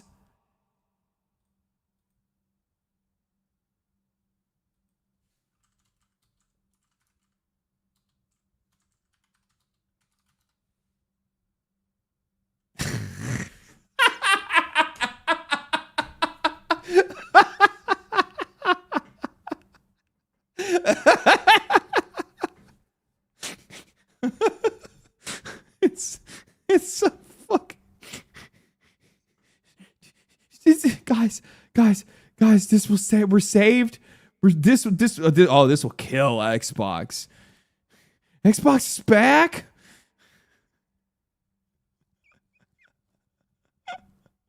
It's so good. It's so good. It's so good, man. Hardware. Stabilize Gen 9 as healthy and quality base. Deliver Project Helix to lead in performance and play console and PC games. Lead in comfortable, personal, high performance accessories. Build a strong ecosystem that expands choice and reach. Okay. Grow and extend an enduring portfolio of franchises players love. Evolve our third-party partnerships. Strengthen our 5-year slate. Expand to China, emerging markets, and mobile-first audiences. Honestly, expanding to China is really smart. That's definitely something that should be in your books. If you're not selling games that are selling in China, then you have a massive problem right now. Maintain and grow live games and long-term stewardship. This means live service. Elevate creator-centric platforms like Minecraft, The Elder Scrolls, and Sea of Thieves. Grow and extend our enduring portfolio of franchises players love. This is like the biggest problem right here, right? Like for most of these companies, it's literally just their games suck. Fix the fundamentals for players and partners. Make Xbox the best experience for developers. Okay, this is all just corporate bullshit. This is all literally just PR fluff. None of it, like, what does this actually mean? Make Xbox the best place for developers and creators to build and grow. What does that mean? Like, what is the definition of this? It's literally just words. It's literally just words. Overhaul discovery, customization, social, and personalization to connect with the community. It means fuck all. It really does. And the fact that like people grab this and they're like, oh my God, Change is coming. Fortify Game Pass with clear differentiation and substantial and sustainable economics. This actually has meaning. This means creating a Game Pass where you're going to be able to have more choice over what is actually included in your Game Pass, and also try to make it more affordable so that it does reach not your daily active users, because that's definitely not, which, by the way, the whole services menu here, this goes against daily active users. This entire part right here is about total activatable market. This tells me that your main focus is to try to bring people back into Game Pass or onto Game Pass in some way. Word salad, this is also an Xbox. No, it's this. They got away from that campaign, which is pretty smart. This is the last part. We are Xbox. We're our best Microsoft. Blah blah blah blah. We have to be honest about where we are.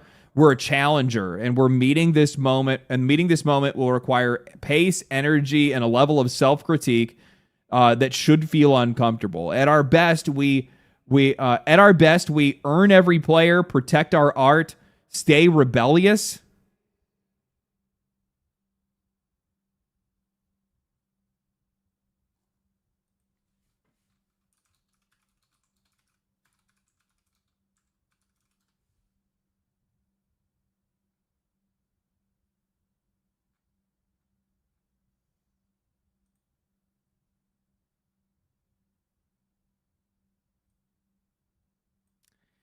Stay rebellious, $3.15 trillion company. You guys are totally rebels. You guys are totally outsiders. Rough and tumble.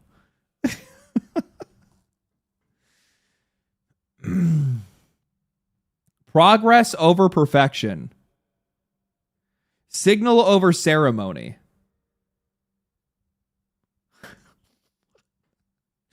Core over more. Okay, core audience for over. So this is it's, I don't fucking know. This is all just corporate fucking hogwash, dude. None of this stuff means anything to me. It's so pointless. Xbox has announced a new strategy. The model that got us here won't be the one that takes us forward. Changes include reevaluation of exclusivity, Windows and AI, Microsoft gaming back to Xbox, new North Star, daily active players. This means nothing to me, because when you actually go and read where their focus lies mostly with Game Pass, as always, because that's the big focus here, which tells me that actually daily active players is not where their North Star is, because the first change that they made, and this just goes to prove like how bullshit all this stuff is. What is the first change that Xbox made? What's the first big change that they made? It's been all the news lately, right? They changed the price of Game Pass to make Game Pass more affordable. Making Game Pass more affordable. Does that address the core audience of people that are already paying you right now, the customers that you have? Or is that a change that is aimed at a total activatable market of people that do not own Game Pass? You get what I'm saying here? It's a say one thing, do the other in a lot of cases with some of this stuff. Microsoft gaming going back to Xbox. This is also like the dumbest thing possible. Like, whose idea was it to go, we're going to get rid of the Xbox branding and we're going to start to try to integrate it with Xbox, it's Microsoft gaming. Everything's Microsoft gaming now. The only one that would come up with this idea, Microsoft. This is why, like, Microsoft, they belong nowhere near Xbox. They belong nowhere near it, man. And if for whatever reason what they're doing right now doesn't bring it back, I do see at one point in time somebody probably, maybe we actually see Microsoft like ejecting Xbox in some way, like ejecting the publisher side. I don't know how they would do that or how that would even work, but woof. That's all I gotta say. Woof. Reevaluation of exclusivity, Windows, and AI. So I've seen a lot of people talking about the AI, I've been seeing a lot of people that have been talking about the fact that Microsoft and everybody is going and they're getting rid of they're going back to exclusivity. So I saw the Mighty Keith had posted, ha ha ha ha ha ha. I remember trying to tell people how exclusives are important to the console ecosystem, and people said it was anti-consumer. Within the same year, both Sony and Microsoft have gone back to focusing on exclusivity. I wonder why. Because it is fundamentally anti-consumer and better for business. This is not a debatable topic. It's like the reasoning here doesn't make any sense to me, because what you're essentially saying is like, well, if it's so anti-consumer, then why are they doing it? Because it makes them money. The idea for the business is by making things exclusive, you are forcing a player into your ecosystem, and once they are there, they then can sell you more stuff, and you are more likely to stay within that ecosystem. You're more likely not to go anywhere else because you are already invested. The idea is that the player is attracted to certain games or a certain game, they buy the hardware, and once they bought the hardware, they're already invested.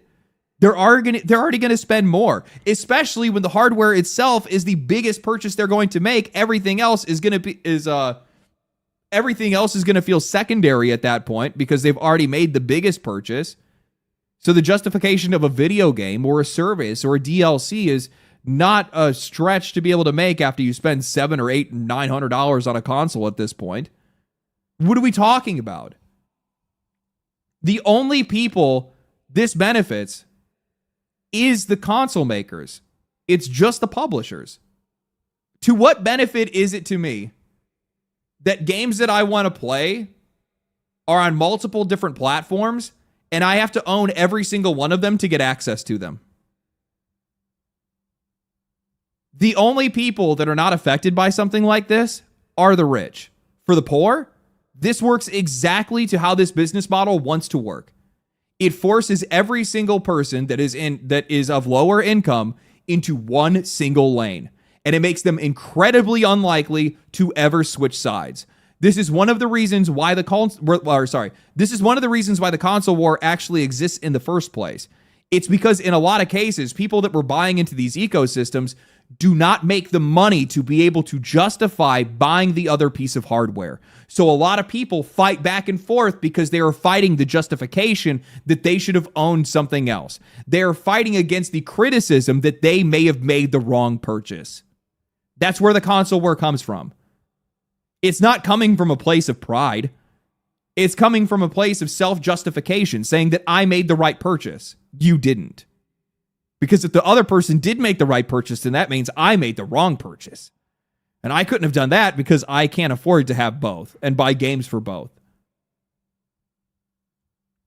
This is like... and that's a perfect situation for these companies to be in, because again, going back to it, for somebody that is coming from either lower income or in a lot of cases now even middle income doesn't make enough to be able to own all this shit or be able to justify owning all this shit, right? They don't even have the time to play a lot of these games. So for these guys, they're essentially put into the position in which once they get one of these consoles, they're locked.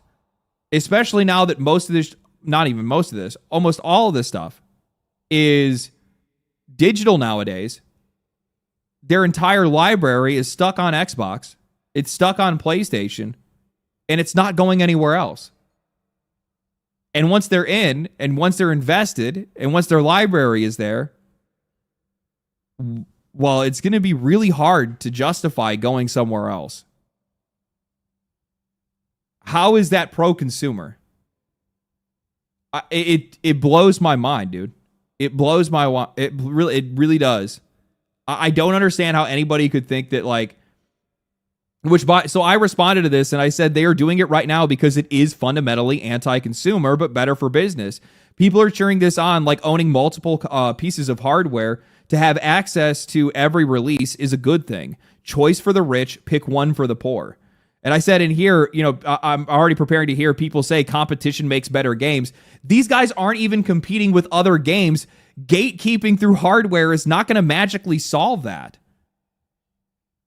That's the part that like what, like, oh, we're going to get better games if these games, sorry. We're going to get better games if these games go exclusive. No, we won't. And also, you know, like, I'm going to tell you guys this right now.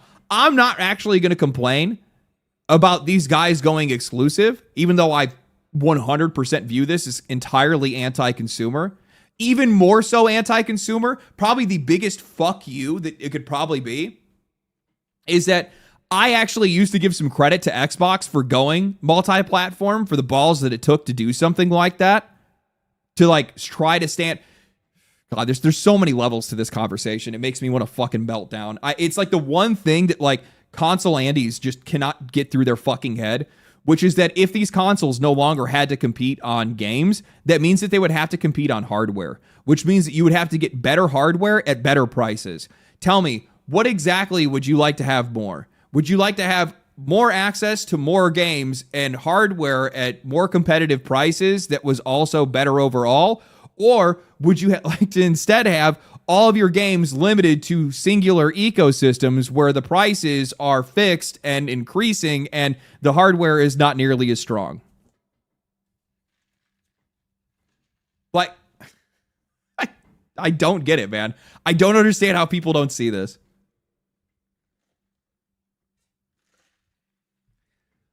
The other thing is too, is that like, I will say that I'm not mad. I'm not mad.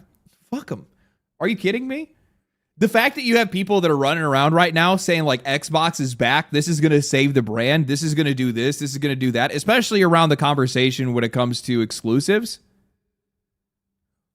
Can somebody tell me what exclusive either one of these companies have sold or created in the last 10 years that, maybe I shouldn't say 10, this console generation? What console sellers have we seen that have come out this generation from Xbox, from PlayStation? Bender, thank you for the 10. Where have I heard the phrase make insert platform here the best place for devs and creators before? Oh, that's right. Epic Games. Look at how that turned out for them. It's every single one of these platforms that do the exact same thing. I could argue it all day. You could argue, Fonz, are you trying to tell me you could argue for exclusivity? Is that what you're trying to say? Without a platform, these console manufacturers would simply stop pushing games at all? Good. Fuck them. Get them out of here. Without Fortnite, Epic is done? Good. Fuck them. Get them out of here. What value are any of these people adding to anything in the games industry right now? Epic's platform would be gone? That's not true. That's not true. Less games, very smart? That's not how that would work. That's not how that would work at all. What are we talking about? We're talking about trying to create a defensive posturing for fucking AAA corporations that have done nothing but pump out garbage fucking video games for the last decade? What? Do you actually think that going exclusive is going to somehow make Fable really good and it's now going to be like Game of the Year this year? Do you think it's going to somehow magically turn around? Was that fucking South of Midnight, whatever that garbage ass game was? How about Halo going to make a fucking extraction shooter? Who the fuck are we kidding right now? Look at what PlayStation has been putting out, and most of their games have been exclusive this entire time. Millions of gamers would disagree with you and do? Fuck them! They're retards! I don't care. Like, we're talking about publishers that have been absolutely useless this entire generation. Absolutely useless. The only thing that these guys have done is increased prices and effectively just fucked over the rest of the industry. These people are not my friends. These people are not my friends.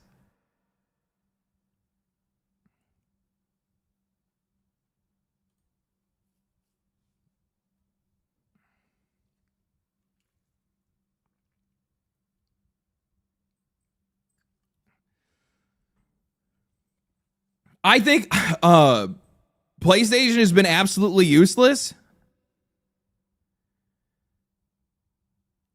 Brother, this is not the same games industry. This is not 2016.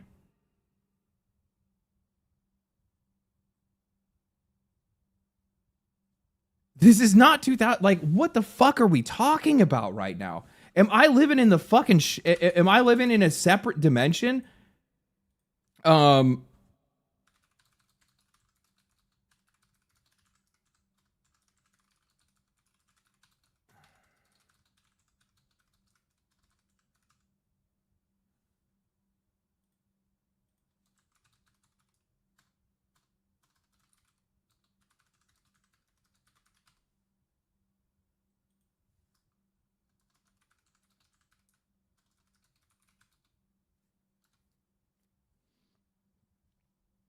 You're PC focused? Brother, I play video games. All I'm going to say, if I don't understand how this Fonz, this is like you with the AI shit. Like, for whatever reason, people just can't see the light on this shit. PlayStation first party titles. Astrobot, solid game. Is this going to sell a console? Fuck no, it's not going to sell a console. God of War Ragnarok, I'm going to be real, that shit was mid as fuck. Would it sell a console? Probably. Spider-Man 2? Also mid as fuck. Will it sell a console? Maybe to some of the most fucking... Yeah, I guess to like some people, probably. Horizon? No. Gran Turismo? I mean, people really like their racing games. Ratchet and Clank Rift Apart? I actually think that one was relatively solid. Sorrow's ain't gonna sell a console. Ghost of Yote ain't selling a console. Helldivers 2 likely didn't sell any consoles. God of War Son of Sparta. Wolverine, I guess that might be one potentially. Like, the problem is, like, this is just not the same fucking thing anymore, man. This is just not the same anymore. Look at Xbox. They're even fucking worse. Hey, like, look at this shit, brother. What are we fucking talking about? Halo Infinite. Forza Horizon 5. Honestly, this is probably the best game on the entire list. Halo Infinite, Starfield, Indiana Jones, Psychonaut. Psychonaut is not a system seller. I'm not saying it's a bad game, but like MLB The Show sells consoles. Oh, it definitely does. I know it does for a fact. No, yes, for the sports fans, it absolutely does. I can't defend many Xbox games. So my question is that it's like, what do you think is going to happen if Xbox goes exclusive with their games? I'm really curious. How do Xbox fans, which I know that you are one even adjacently still, it's still in your blood. You were fucking bitten by a werewolf, a fucking green werewolf at one point. Every blue moon, you fucking change back. So my question is, what, honestly, I don't know, because they have bigger problems, right? But like a return to exclusivity, at least in my opinion, it actually doesn't really bother me that. I mean, it does from like an anti-consumer perspective, but like how do I say this? It doesn't bother me from like an overall industry perspective, because it's just going to completely fuck these companies. Microsoft is Xbox, whatever you want to call them. They're the same fucking thing. They're just going to lose more money. They're going to lose that much more money. So what that means is that they're likely going to have to figure out what is the solution to your problem if your first party titles aren't good. And for whatever reason, you just cannot get it out of the studios that you already own. Xbox isn't leaving the PC space. That's not my problem, brother. It has nothing to do with PC. I know that Xbox is going to continue to sell games on PC. I thought we were finally entering into an era where players would have an opportunity to pick their hardware and it not have to confine what they were able to play. But for Xbox and both PlayStation and Xbox to go just retreat back to their consoles and back to their ecosystem, they're going to lose a fat chunk of change. PlayStation actually is going to lose a lot more than Xbox, because PlayStation is cutting out PC, where Xbox won't be cutting out PC. But it's, man. They hope higher risk will make better quality control. There's no quality control over there, though. There's no quality control though. Like neither one of these consoles. Like while like I'll grant PlayStation that they largely are the one that probably holds more of the keys when it comes to like people that would buy something exclusive, right? If they're looking to buy a console and they were going to buy a premium console, they'd probably more lean towards buying a PlayStation because the exclusives are better there than they are on PC right now. But I don't see how this is a good thing for either one. I really don't. PlayStation's going to lose so much money by not selling their games on PC. Xbox is going to lose money by not selling their games on PlayStation. Also, on the other thing is too is that like the whole them like I totally get and fully understand why they're taking Call of Duty off of Game Pass, but I also think that the company is still overestimating the reach of Call of Duty. I actually think that like Call of Duty as a franchise is almost pretty close to cooked at this point. Younger generations do not have the same connection to that game as older generations do. And after years and years of them embarrassing themselves and ruining their reputation and largely becoming like one of the most embarrassing franchises in the industry to a lot of people, I just don't think that they have the same reputation to move copies like they used to. I think that's not to say they can't move a shitload of copies. I'm not going to say like, oh, every single Call of Duty is a flop from here on out. Comparatively, I'm going to say it's a flop. It'll be a flop. I'm going to say that like whatever their peak used to be, they're not going to reach it again. Aram, thank you for the 5. I used to be at Xbox, bro. I just want to play Halo on PC. I'm basically done with consoles now. This is a mid as hell generation that made me leave to PC. Welcome to the family. LD, PlayStation would have only made real money on PC if they went day and date, and if they do that, and they do not want to do that. I know, but you get like I don't understand. What are you trying? I'm really confused as to what you were trying to disagree with me on, or what you were trying to debate or say that I was wrong about.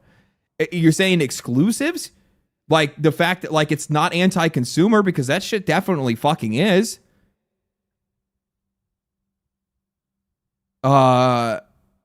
Like, I fully agree with you. I know the reason why. I know the whole entire reason why PlayStation didn't do day and date on PC is because they want to make sure that they're still trying to prioritize their console first. They want to prioritize console sales.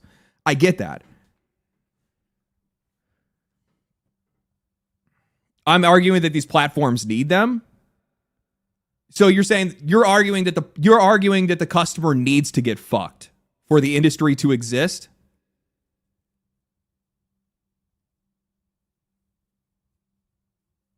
I mean, I'm putting this in the most I'm wording this in the harshest way I possibly can, because that is the realistic view that I have of it. Like when I see console exclusivity or exclusivity deals at all, that's what I view it as.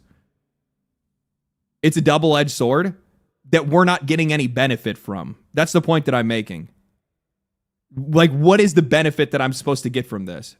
Is it just supposed to be the existence of these publishers? Because if it's the existence of those publishers, most of those publishers have not delivered anything of value to me.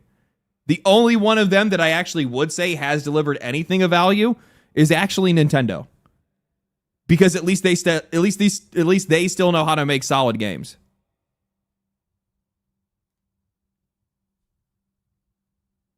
Yes, but having to buy a PlayStation for their games is more money, but we get their games.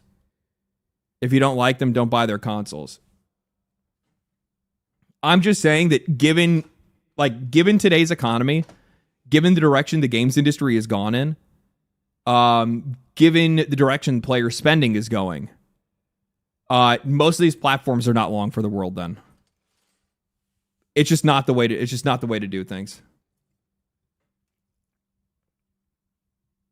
I don't like this idea that the only way for industries to exist is for those industries to be indirectly hostile to their own industry. Sorry. Fonz isn't a shill. He's not a shill. Don't call him a shill. Fonz is one of my boys. It's just the console space is something him and I disagree on. But I like to have my ideas challenged. I like to talk about these things, and in most cases, I would probably change my mind when it comes to certain topics. This is one that I'm just like fundamentally like fuck consoles. You'll never change my mind on this. I've had plenty of people try, but like the thing is that like you know what I end up seeing? Look at this. So like I saw some of the posts that people made here. Look at this guy right here. He thought he got me on this one. Look. He said you are stupid. Exclusivity is fundamental to survive at a level. Why do you think Sega is where they are now and Nintendo is where they are now? And there is no such thing as anti-consumer. By your understanding, pricing the game will keep the customer out of it. No such thing as anti-consumer. By your understanding, the pricing of the game will keep the customer out. Brother.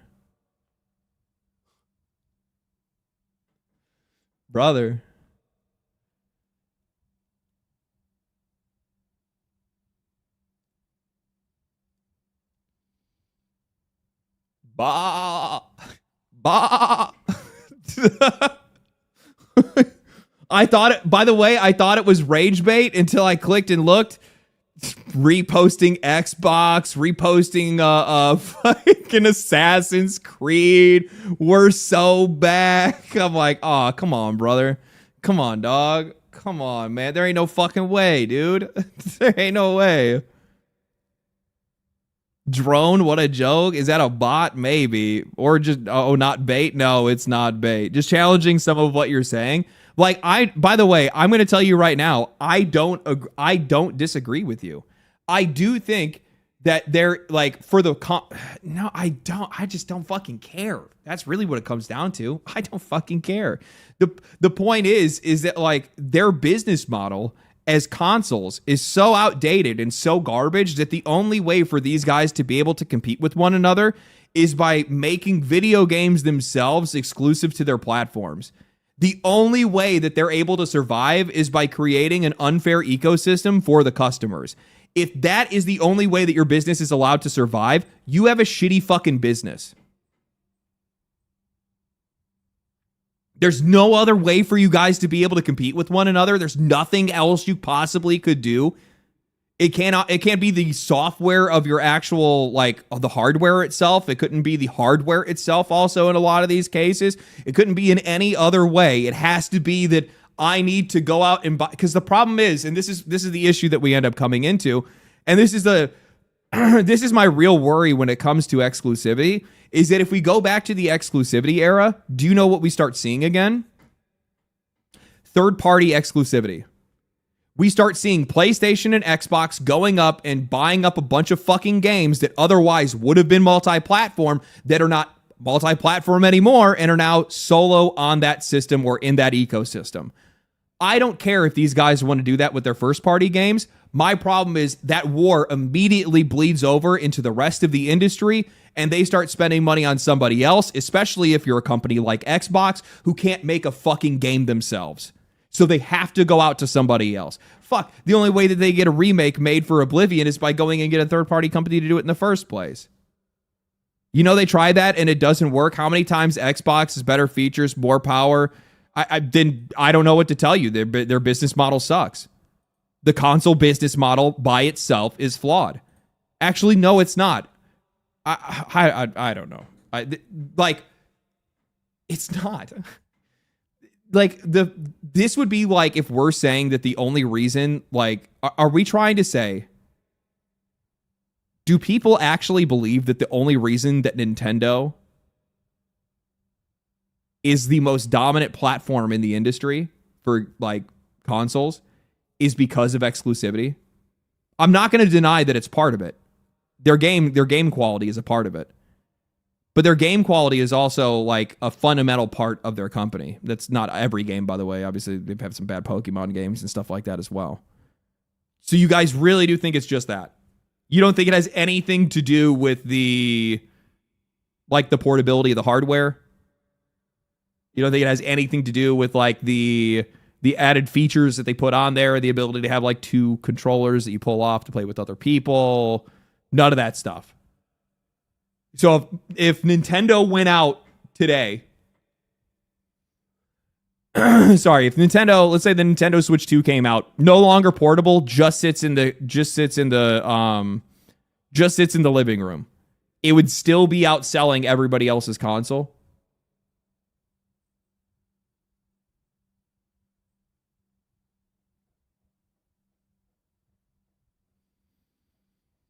Like, there's other ways to compete, more creative ways to compete, but obviously for them, it's a combination of a couple of different things. I think it would, but not by much. I don't think it would at all. I think that if they didn't have the handheld version of the Nintendo anymore, there was just no handheld version at all, and if they just made a standalone system that just stayed in the living room, I do not think that it would I actually don't think it would compete with anybody else. I really don't. I really, really don't. Steam Deck is a handheld that barely sells. True, nobody owns it.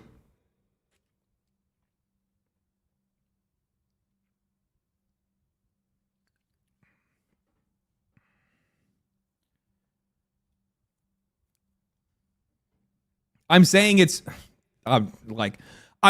both.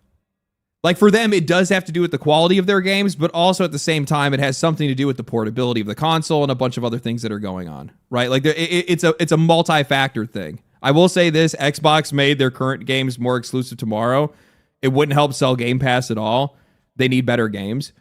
Xbox is cooked no matter what happens if they don't make better games. And the worst part is that, like, that is a long-term business plan. The funny thing is, one of the things I think I saw somebody that, like, chimed in saying something about this. Walled gardens are how theme parks and cinema function. You enter into a financial ecosystem with entertainment you cannot find elsewhere. Theme parks are designed by exclusivity. Is it anti-consumer or just good business? I'd argue the latter.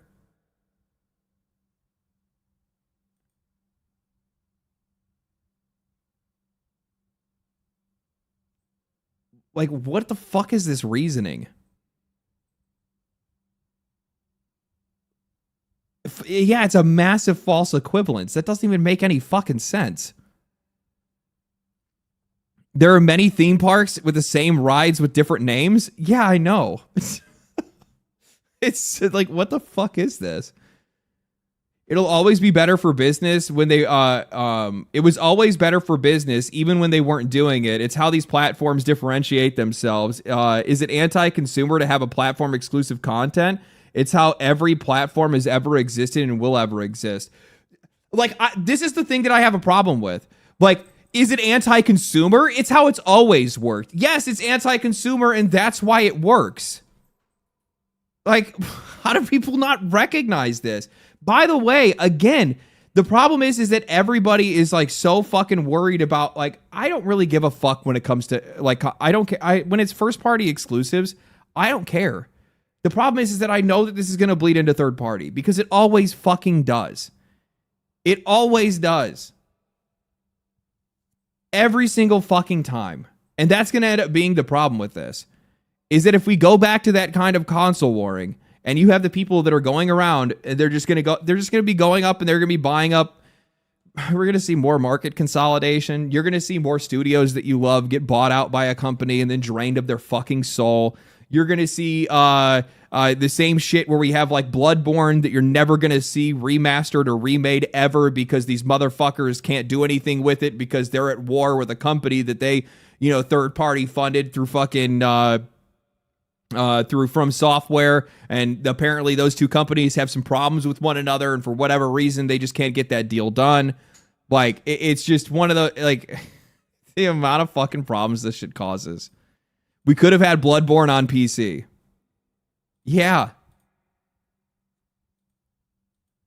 This is all like I view it like the whole relationship between PlayStation and Square Enix.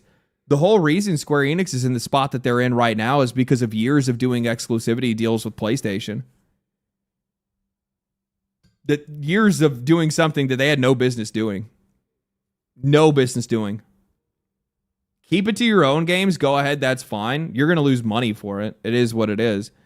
But my problem is that I know this is going to immediately bleed over to them buying more companies, more consolidation. They're going to wait till this, like, spending crisis ends, and then they're going to go out and start buying more companies again.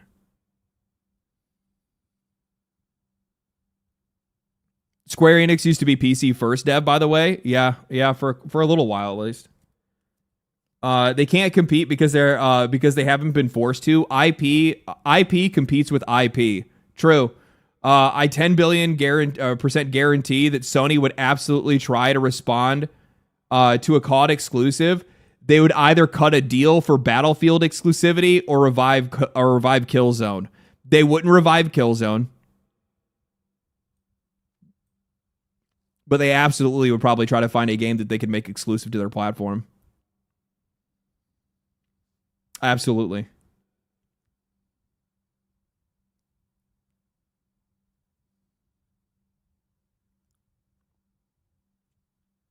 The idea would be that their first party lineup gets more attention and improves.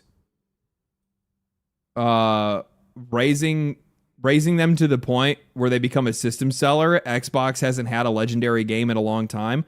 Xbox didn't have a system seller when they still needed to sell systems. Xbox didn't have a system seller even before they this is the thing that actually doesn't make any sense to me. The idea that somehow the games themselves are going to get better or that the players are going to somehow benefit from this, when the whole reason why Xbox got rid of console exclusivity for their games was quite literally because nobody was playing their games. They only ever started selling these games multi-platform because they were trying to make up for their losses. These people know that, right?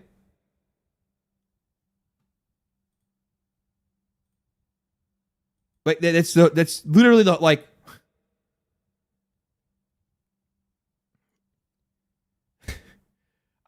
think about it. Let's look at the fucking performance of these games, okay? Looking at Steam, Avowed. This game did nothing. This game did nothing. This is an absolute flop. Without you putting this on every platform you possibly can, you are not making any of your money back off of that project. Outer Worlds 2. Same exact thing, even worse. Even worse. Doom the Dork Ages. Absolutely fucking hammered.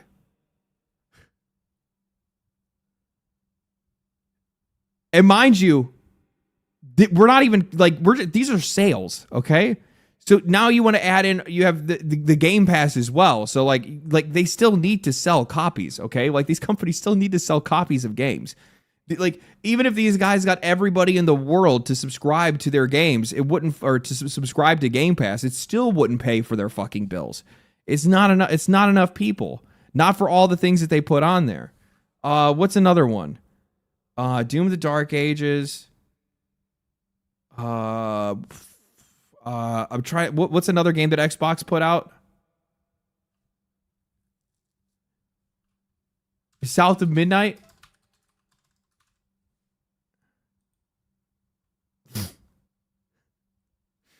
Indiana Jones.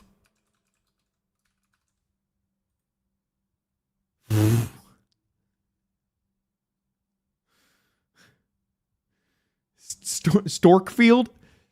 Okay, so Starfield's like the one that, like, Starfield, I don't know if it actually made its money back. Actually, I'm going to be real with you. Like, probably, I would imagine it probably did.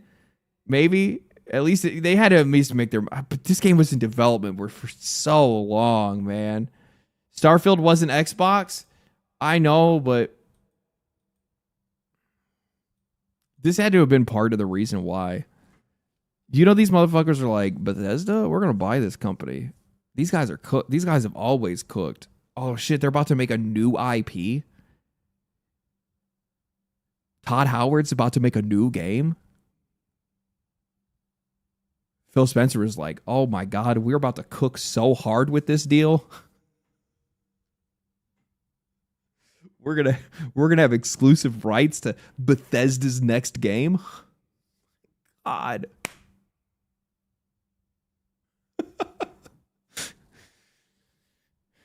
And then they were the ones that got cooked. Adequate quality. Thank you for the $10. Appreciate that. I've recently rekindled my lost relationship with video games, and your videos are great viewing. Thanks, brother. Thank you, man. Appreciate it. So many people played at launch. They did.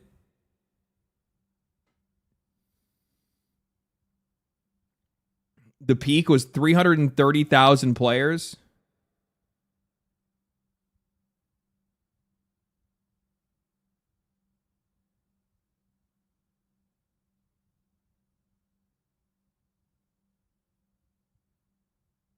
And it was a third of that less than a month later, which, I mean, it's a single player game. Sure, people could make that argument. But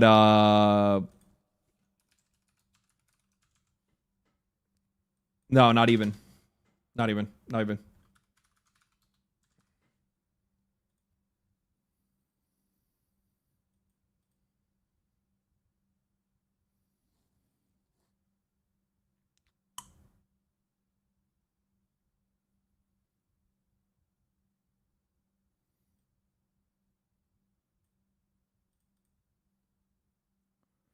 Steam release 230, what is this? 230,000.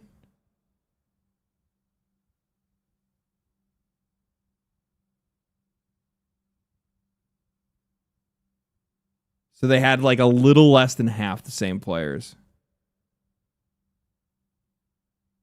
This game, by the way, this game had less. So this game had a lower lower all-time peak, but has a better 24-hour average in the same amount of time. That's crazy.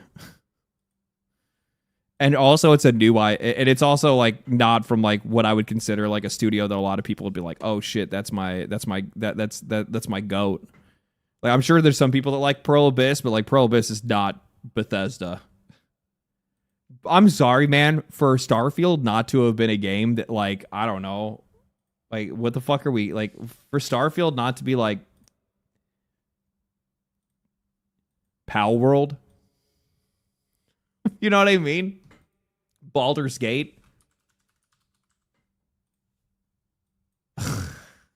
Like, what are we talking about?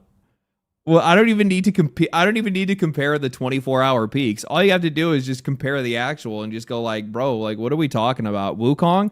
Wukong, I will say, I don't really think that you can make a comparison with Wukong to much of anything else, because Wukong, like, that shit popped off in China. That doesn't make its success any lessened. It's just a different audience.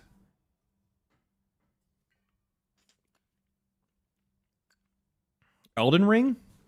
Elden Ring is probably around the same too, wasn't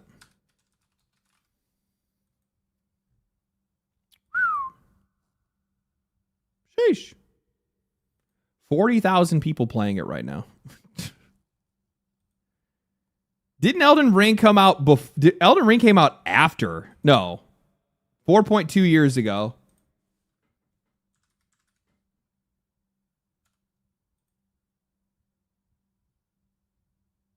Yeah.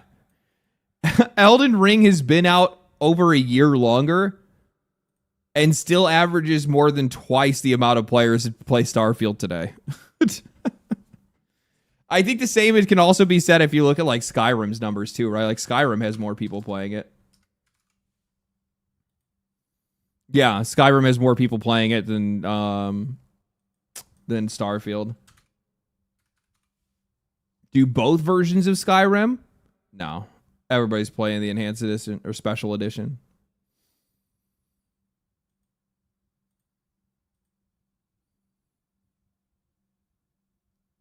Elden Ring came out 30 years ago. Wake up, LD. These guys are they're fucking cooked, man. They're actually just like, they're so fucking cooked off of this shit. And also like the kind of replies to this shit as well, to like see like what people think about some of this shit. Like, there's no such thing as anti-consumer. Like, it's clearly anti-exclusive to have consumers, but it's also good for said console's ecosystem. Both are true. As a consumer, I would love to have every game on every console. But if I was in control of Nintendo, I would put Mario. But if I was in control of Nintendo, would I put Mario on PlayStation 5? Absolutely not. I mean, like, you're welcome to make the argument about the business itself. No, I don't actually. the funny thing is that I don't disagree that it's better for the business. Like, actually, quite literally said that right here. It is better for the business, 100%. I just don't like it. I just think that I think that's a fundamentally bad business if that's the way that you have to be able to run it. Also, for all the people that are saying like Xbox is back and Xbox is learning, can somebody please explain this to me? Halo Studios ditching Battle Royale in favor of an extraction shooter for upcoming project, according to reports. So the new Halo game that they were going to make into a Battle Royale is now being turned into an extraction shooter. Again, I would like to give you guys my coined phrase, one single brain cell. It's as I've said, these guys literally do not have a single original thought in their mind. They are lemmings. They hear one say extraction shooter, and then they're all just extraction shooter, extraction shooter, extraction shooter. Every single one of them. They all just do the exact same thing. They can't help themselves.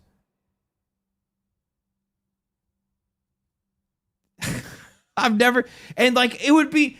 The funny thing is that for extraction shooters, I think the conversation would be a little different if we actually had like a really strong vein for success. But like, look at how desperate these guys are right now, that they're even chasing genres. They're chasing trends that aren't even actually trending. Like, that's probably the part that like blows my mind here. Like, Tarkov's not like ripping the door off of the ceiling. Or door off of the ceiling. Tarkov's not like breaking people's brains right now with how popular it is. Sorry. Tarkov's not popping off. Just looking at Steam right now, none of them are actually popping off. Oh my god. Arc Raiders is at its lowest player count that it's ever seen.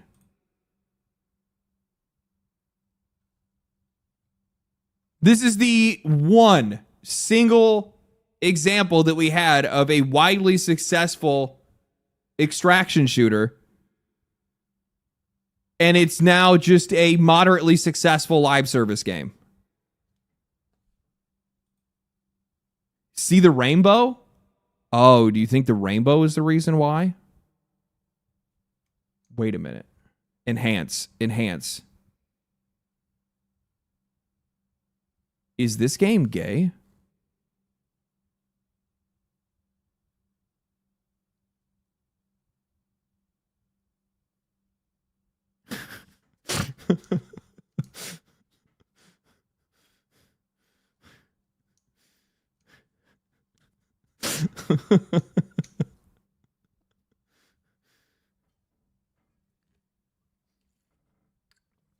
Oh man, I guarantee they heard Tim the Tap Man say that Halo should be the next extraction shooter. Thank you for the 5. You're probably not wrong.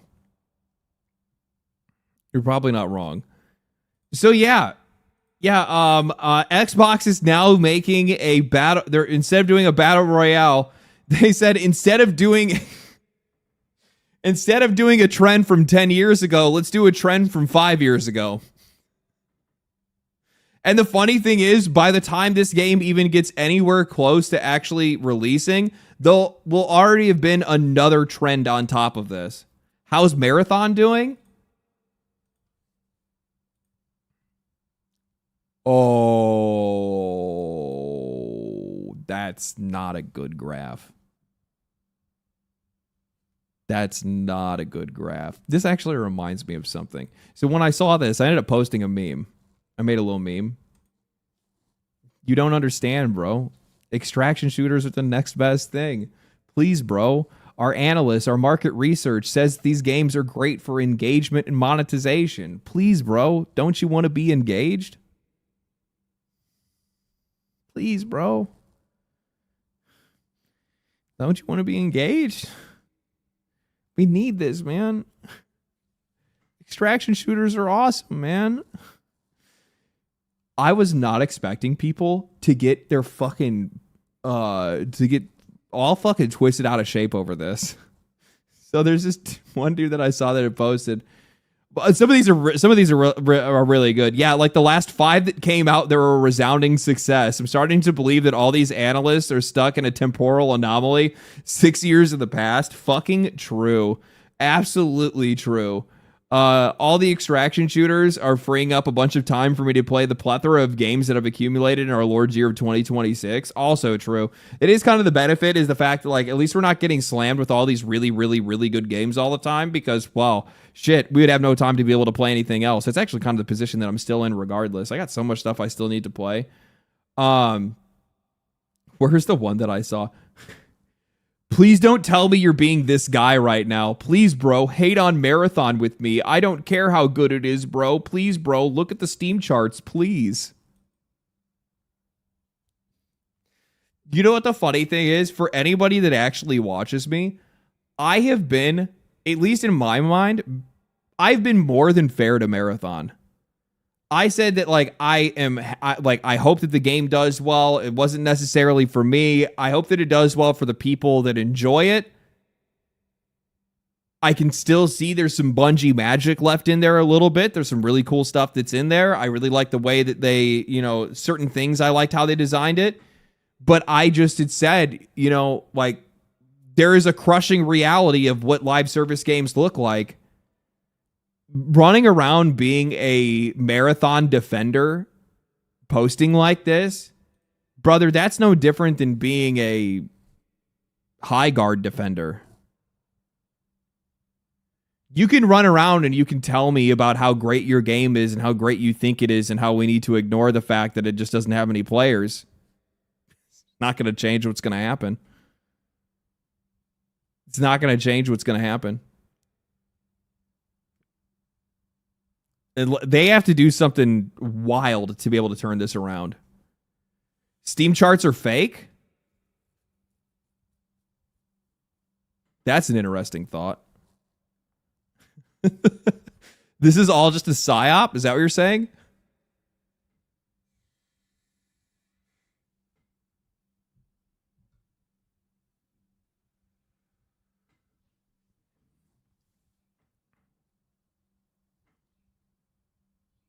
The Concordian timeline is a fixed point in time. True. We were promised this. It will come. The day will come. The day will come. All right, let's see. Oh my fucking God. This guy. Is the audio broken? Oh no, my headset died.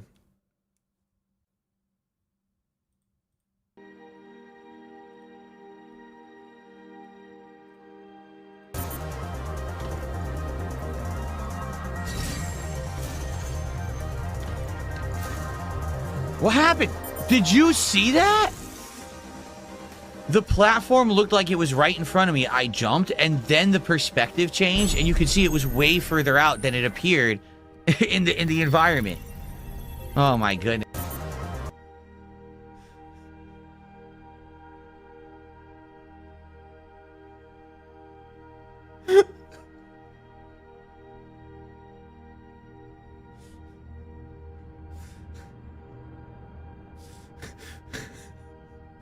Watching Phil is like watching body cam footage when you're like seeing these people that are like trying to argue with the officer, like trying to gaslight the officer to believing that nothing actually happened.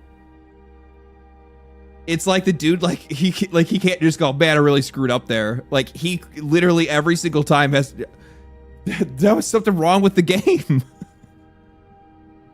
Stop, bro. Stop hating. I'm not hating. This is Dark Side Phil is like, honestly, I feel bad because this dude, his content is some of the most popular on the internet and he's never getting paid for it.